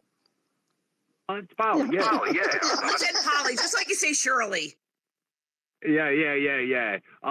So, hey, I know Adam came up. I'll get a quick hello out of him. But, Misty, we're kind of down to the end of it. I got like 2 minutes left. You want to say something quick? We'll go to you, Sunlight, and then we'll go to Adam. So, yeah, if you guys can just keep it concise for me. Yeah, Misty. Well, I was just going to say, you know, I believe in America's ability to adapt quickly. I believe that we as citizens will rally. We will help build houses. Look at the Amish who came and rebuilt without being asked, and they built homes, and we can teach and we can survive. We will survive deportation, most definitely. So let's be lawful and keep our constitutional republic, and let's not give it back to the Democrats. Thank you kindly for this wonderful space. Well, good to see you, Misty. Thanks for coming in. Sunlight? Yeah, hey, Marlon. You know, so the Trump plan for deportation is, if 50 million is an accurate number and 3 million were deported or self-deported, the first year, the math isn't going to add up unless the benefits are cut. They can't get on the till. Only citizens can get benefits, and the jobs are cut, through use of E-Verify and enforcing the laws about hiring illegals and getting a control as to who are citizens and who aren't citizens, which leads me to the SAVE Act. Do not forget to reach out to your senators. Marlon, they found a loophole. I thought that, I said in one of your spaces last week that unless they turned over the floor to the Democrats, to push the talking filibuster, the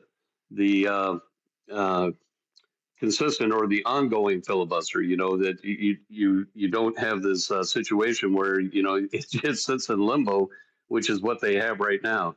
They haven't invoked cloture. The Republicans haven't given up control of the floor. So there isn't a perpetual, talking filibuster in place, nor is there cloture. So, it's kind of like no man's land. I think it's ground that hasn't been covered before, from what I can tell. But, it seems to be keeping it active and keeping it working. But we'll know for sure when they're ready to either kill it, they'll push for cloture without having the Democrats control the floor, or they'll turn over the floor to the Democrats so that they can have them, wear themselves out with the talking filibuster. But here we are, as like new ground. So anyway, that's the update. But if the Democrats leave the session when Thune is telling them to stay, they are able to skirt it around. They are able to get these things passed. So we'll see here, Sunlight. We'll see. Yeah, but the way he's doing it now, Marlon, is that they're adjourning. So, they'll have a debate on it for like 6 hours, and then they adjourn, and then they bring it up again the next day. So that's not the talking filibuster. It's kind of a gray land area, or a gray area of Senate rules. So, I guess if it's a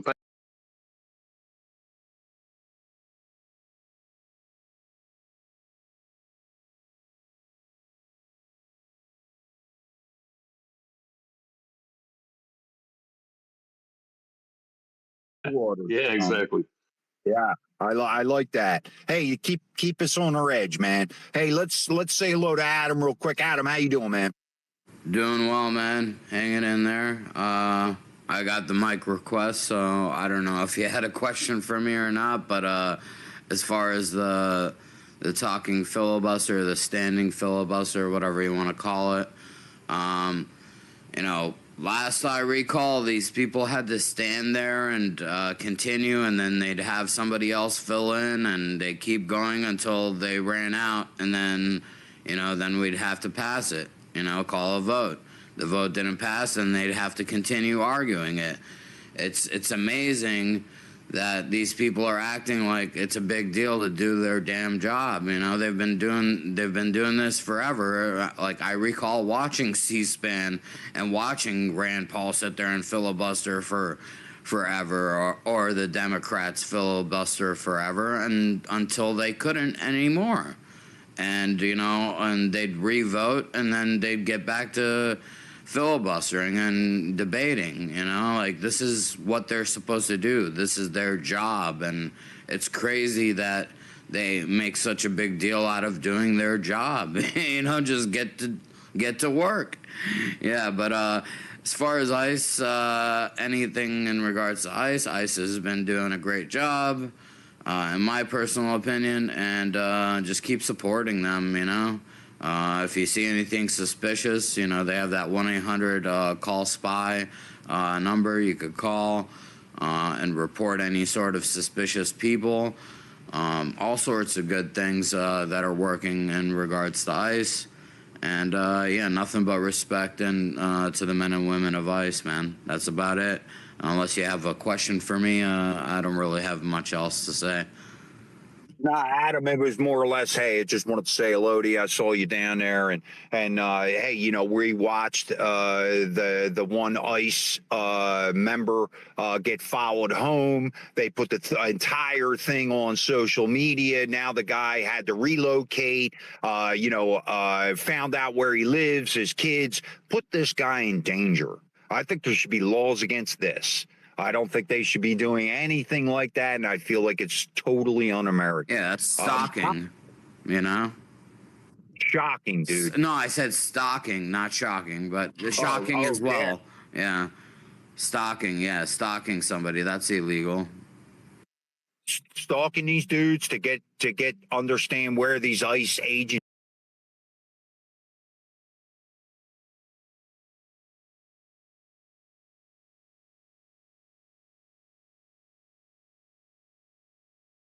get a little extra in his paycheck for having to disrupt his entire life. And we're watching New Jersey. They went in lockstep and they voted for ICE to be unmasked. And not for me, man.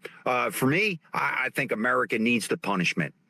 We as Generation X have left our head in the sand and we let these things happen to us. Now it's to the point where it's uncontrollable.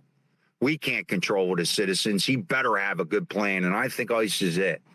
We'll see. We'll see. Time will tell. Nika, it was great to see you today. Arius, I appreciate you coming in. Misty, Paul, it's great to see you. Sunlight, Adam, Brandy, Zach. To you, Julie, thanks for coming up at a co-host. Oh, you're welcome. Thank you for having me co-host again. It was an honor. Guys, great space today. I really appreciate it. And just a little side note, you know, John Kennedy was trying to put an amendment out stating that, you know, the Senate should not be paid while the TSA workers are not getting paid while this ongoing shutdown is happening. And one senator, Democratic senator, objected, and then he ran out of the chambers, disappeared, didn't come back, nothing, nothing. So this didn't pass because of that. This is this is the games that these people are playing. They are playing with people like us, our lives. Whose job is it going to be next? Guys, that's what we have to think about. So if you guys can do me one more favor, please go down to that purple bubble, like and reshare this space. Let's get it out for people who can't listen right at this time because they have to go to work. And if you have accounts, go over to Rumble and to YouTube. We are over there, American X Live, and just give it the thumbs up to get that on the algorithm as well. I appreciate each and every one of you that came in. People follow everybody that came up on the panel today. Lots of good speakers. Let's make America great again. God bless America, and thank you very much. And real quick, I do see Allie and Shell in the space, and they're headed to CPAC. So great to see them there. Hey, representing us as X and as Americans to get our voices and our opinions across because they've been listening. They've been out there hearing the same things that we're talking about. Well, maybe some of the congressional members and the people that are there will take it a little bit more serious. So hats off to them. Can't wait to get some updates, see how they all make out. And hey, let's go to Truth. Truth, I know you've been awful quiet, but buddy, I appreciate it. Couldn't do it without you today. Well, you could. You just have somebody else do it. But yeah, it's always good to be in here and listen to all of our griping and bitching and moaning. But the action that's being taken from a lot of people that are in here is fantastic. Just always remind people to keep things in perspective before I do. We do have our Bible study with Miss Gypsy Patriot down there, like we do every Tuesday night. So that starts at 7:30 Eastern tonight. And we're continuing on in the, where are we now? The book of Romans. Yes, chapters 4, 5, and 6 tonight. So join us if you can. And that leads to the keep everything in perspective, no matter all the crap that we end up talking about and the things that are meant to distract us going here and there. Just remember the big picture, the micro and the macro. We know the ending to the story. God wins. So don't sweat the small stuff. Remember, everything is small stuff. Other than that, it's always good to be here. Thanks, Marlon. Thanks, brother. Thanks for coming in. Hey, I'm interested in some ARA updates, and I'm sure Casey will be coming in the next couple of days, get some of them out there. With the little project that the average crew team has going in the background, well, maybe some other people add in. So we're getting closer. Nothing's built in a day, believe me, there, right? But there's a lot of people that are pitching in here, and I love it. And it's been glorious to see, and you know what, we may be able to expose a few things that, might make a difference. So we'll see. We're all working hard in the background. So, hey, I do appreciate everybody who came in today. Appreciate everybody that contributed today and give us some common sense. And I didn't hear not one F-bomb today. Yo, that's glorious. I didn't have to correct anybody today. It's great.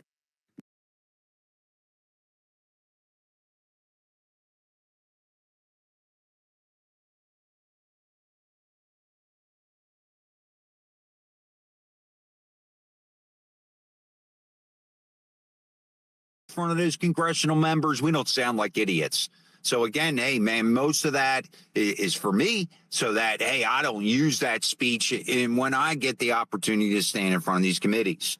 So I appreciate everybody's patience with that.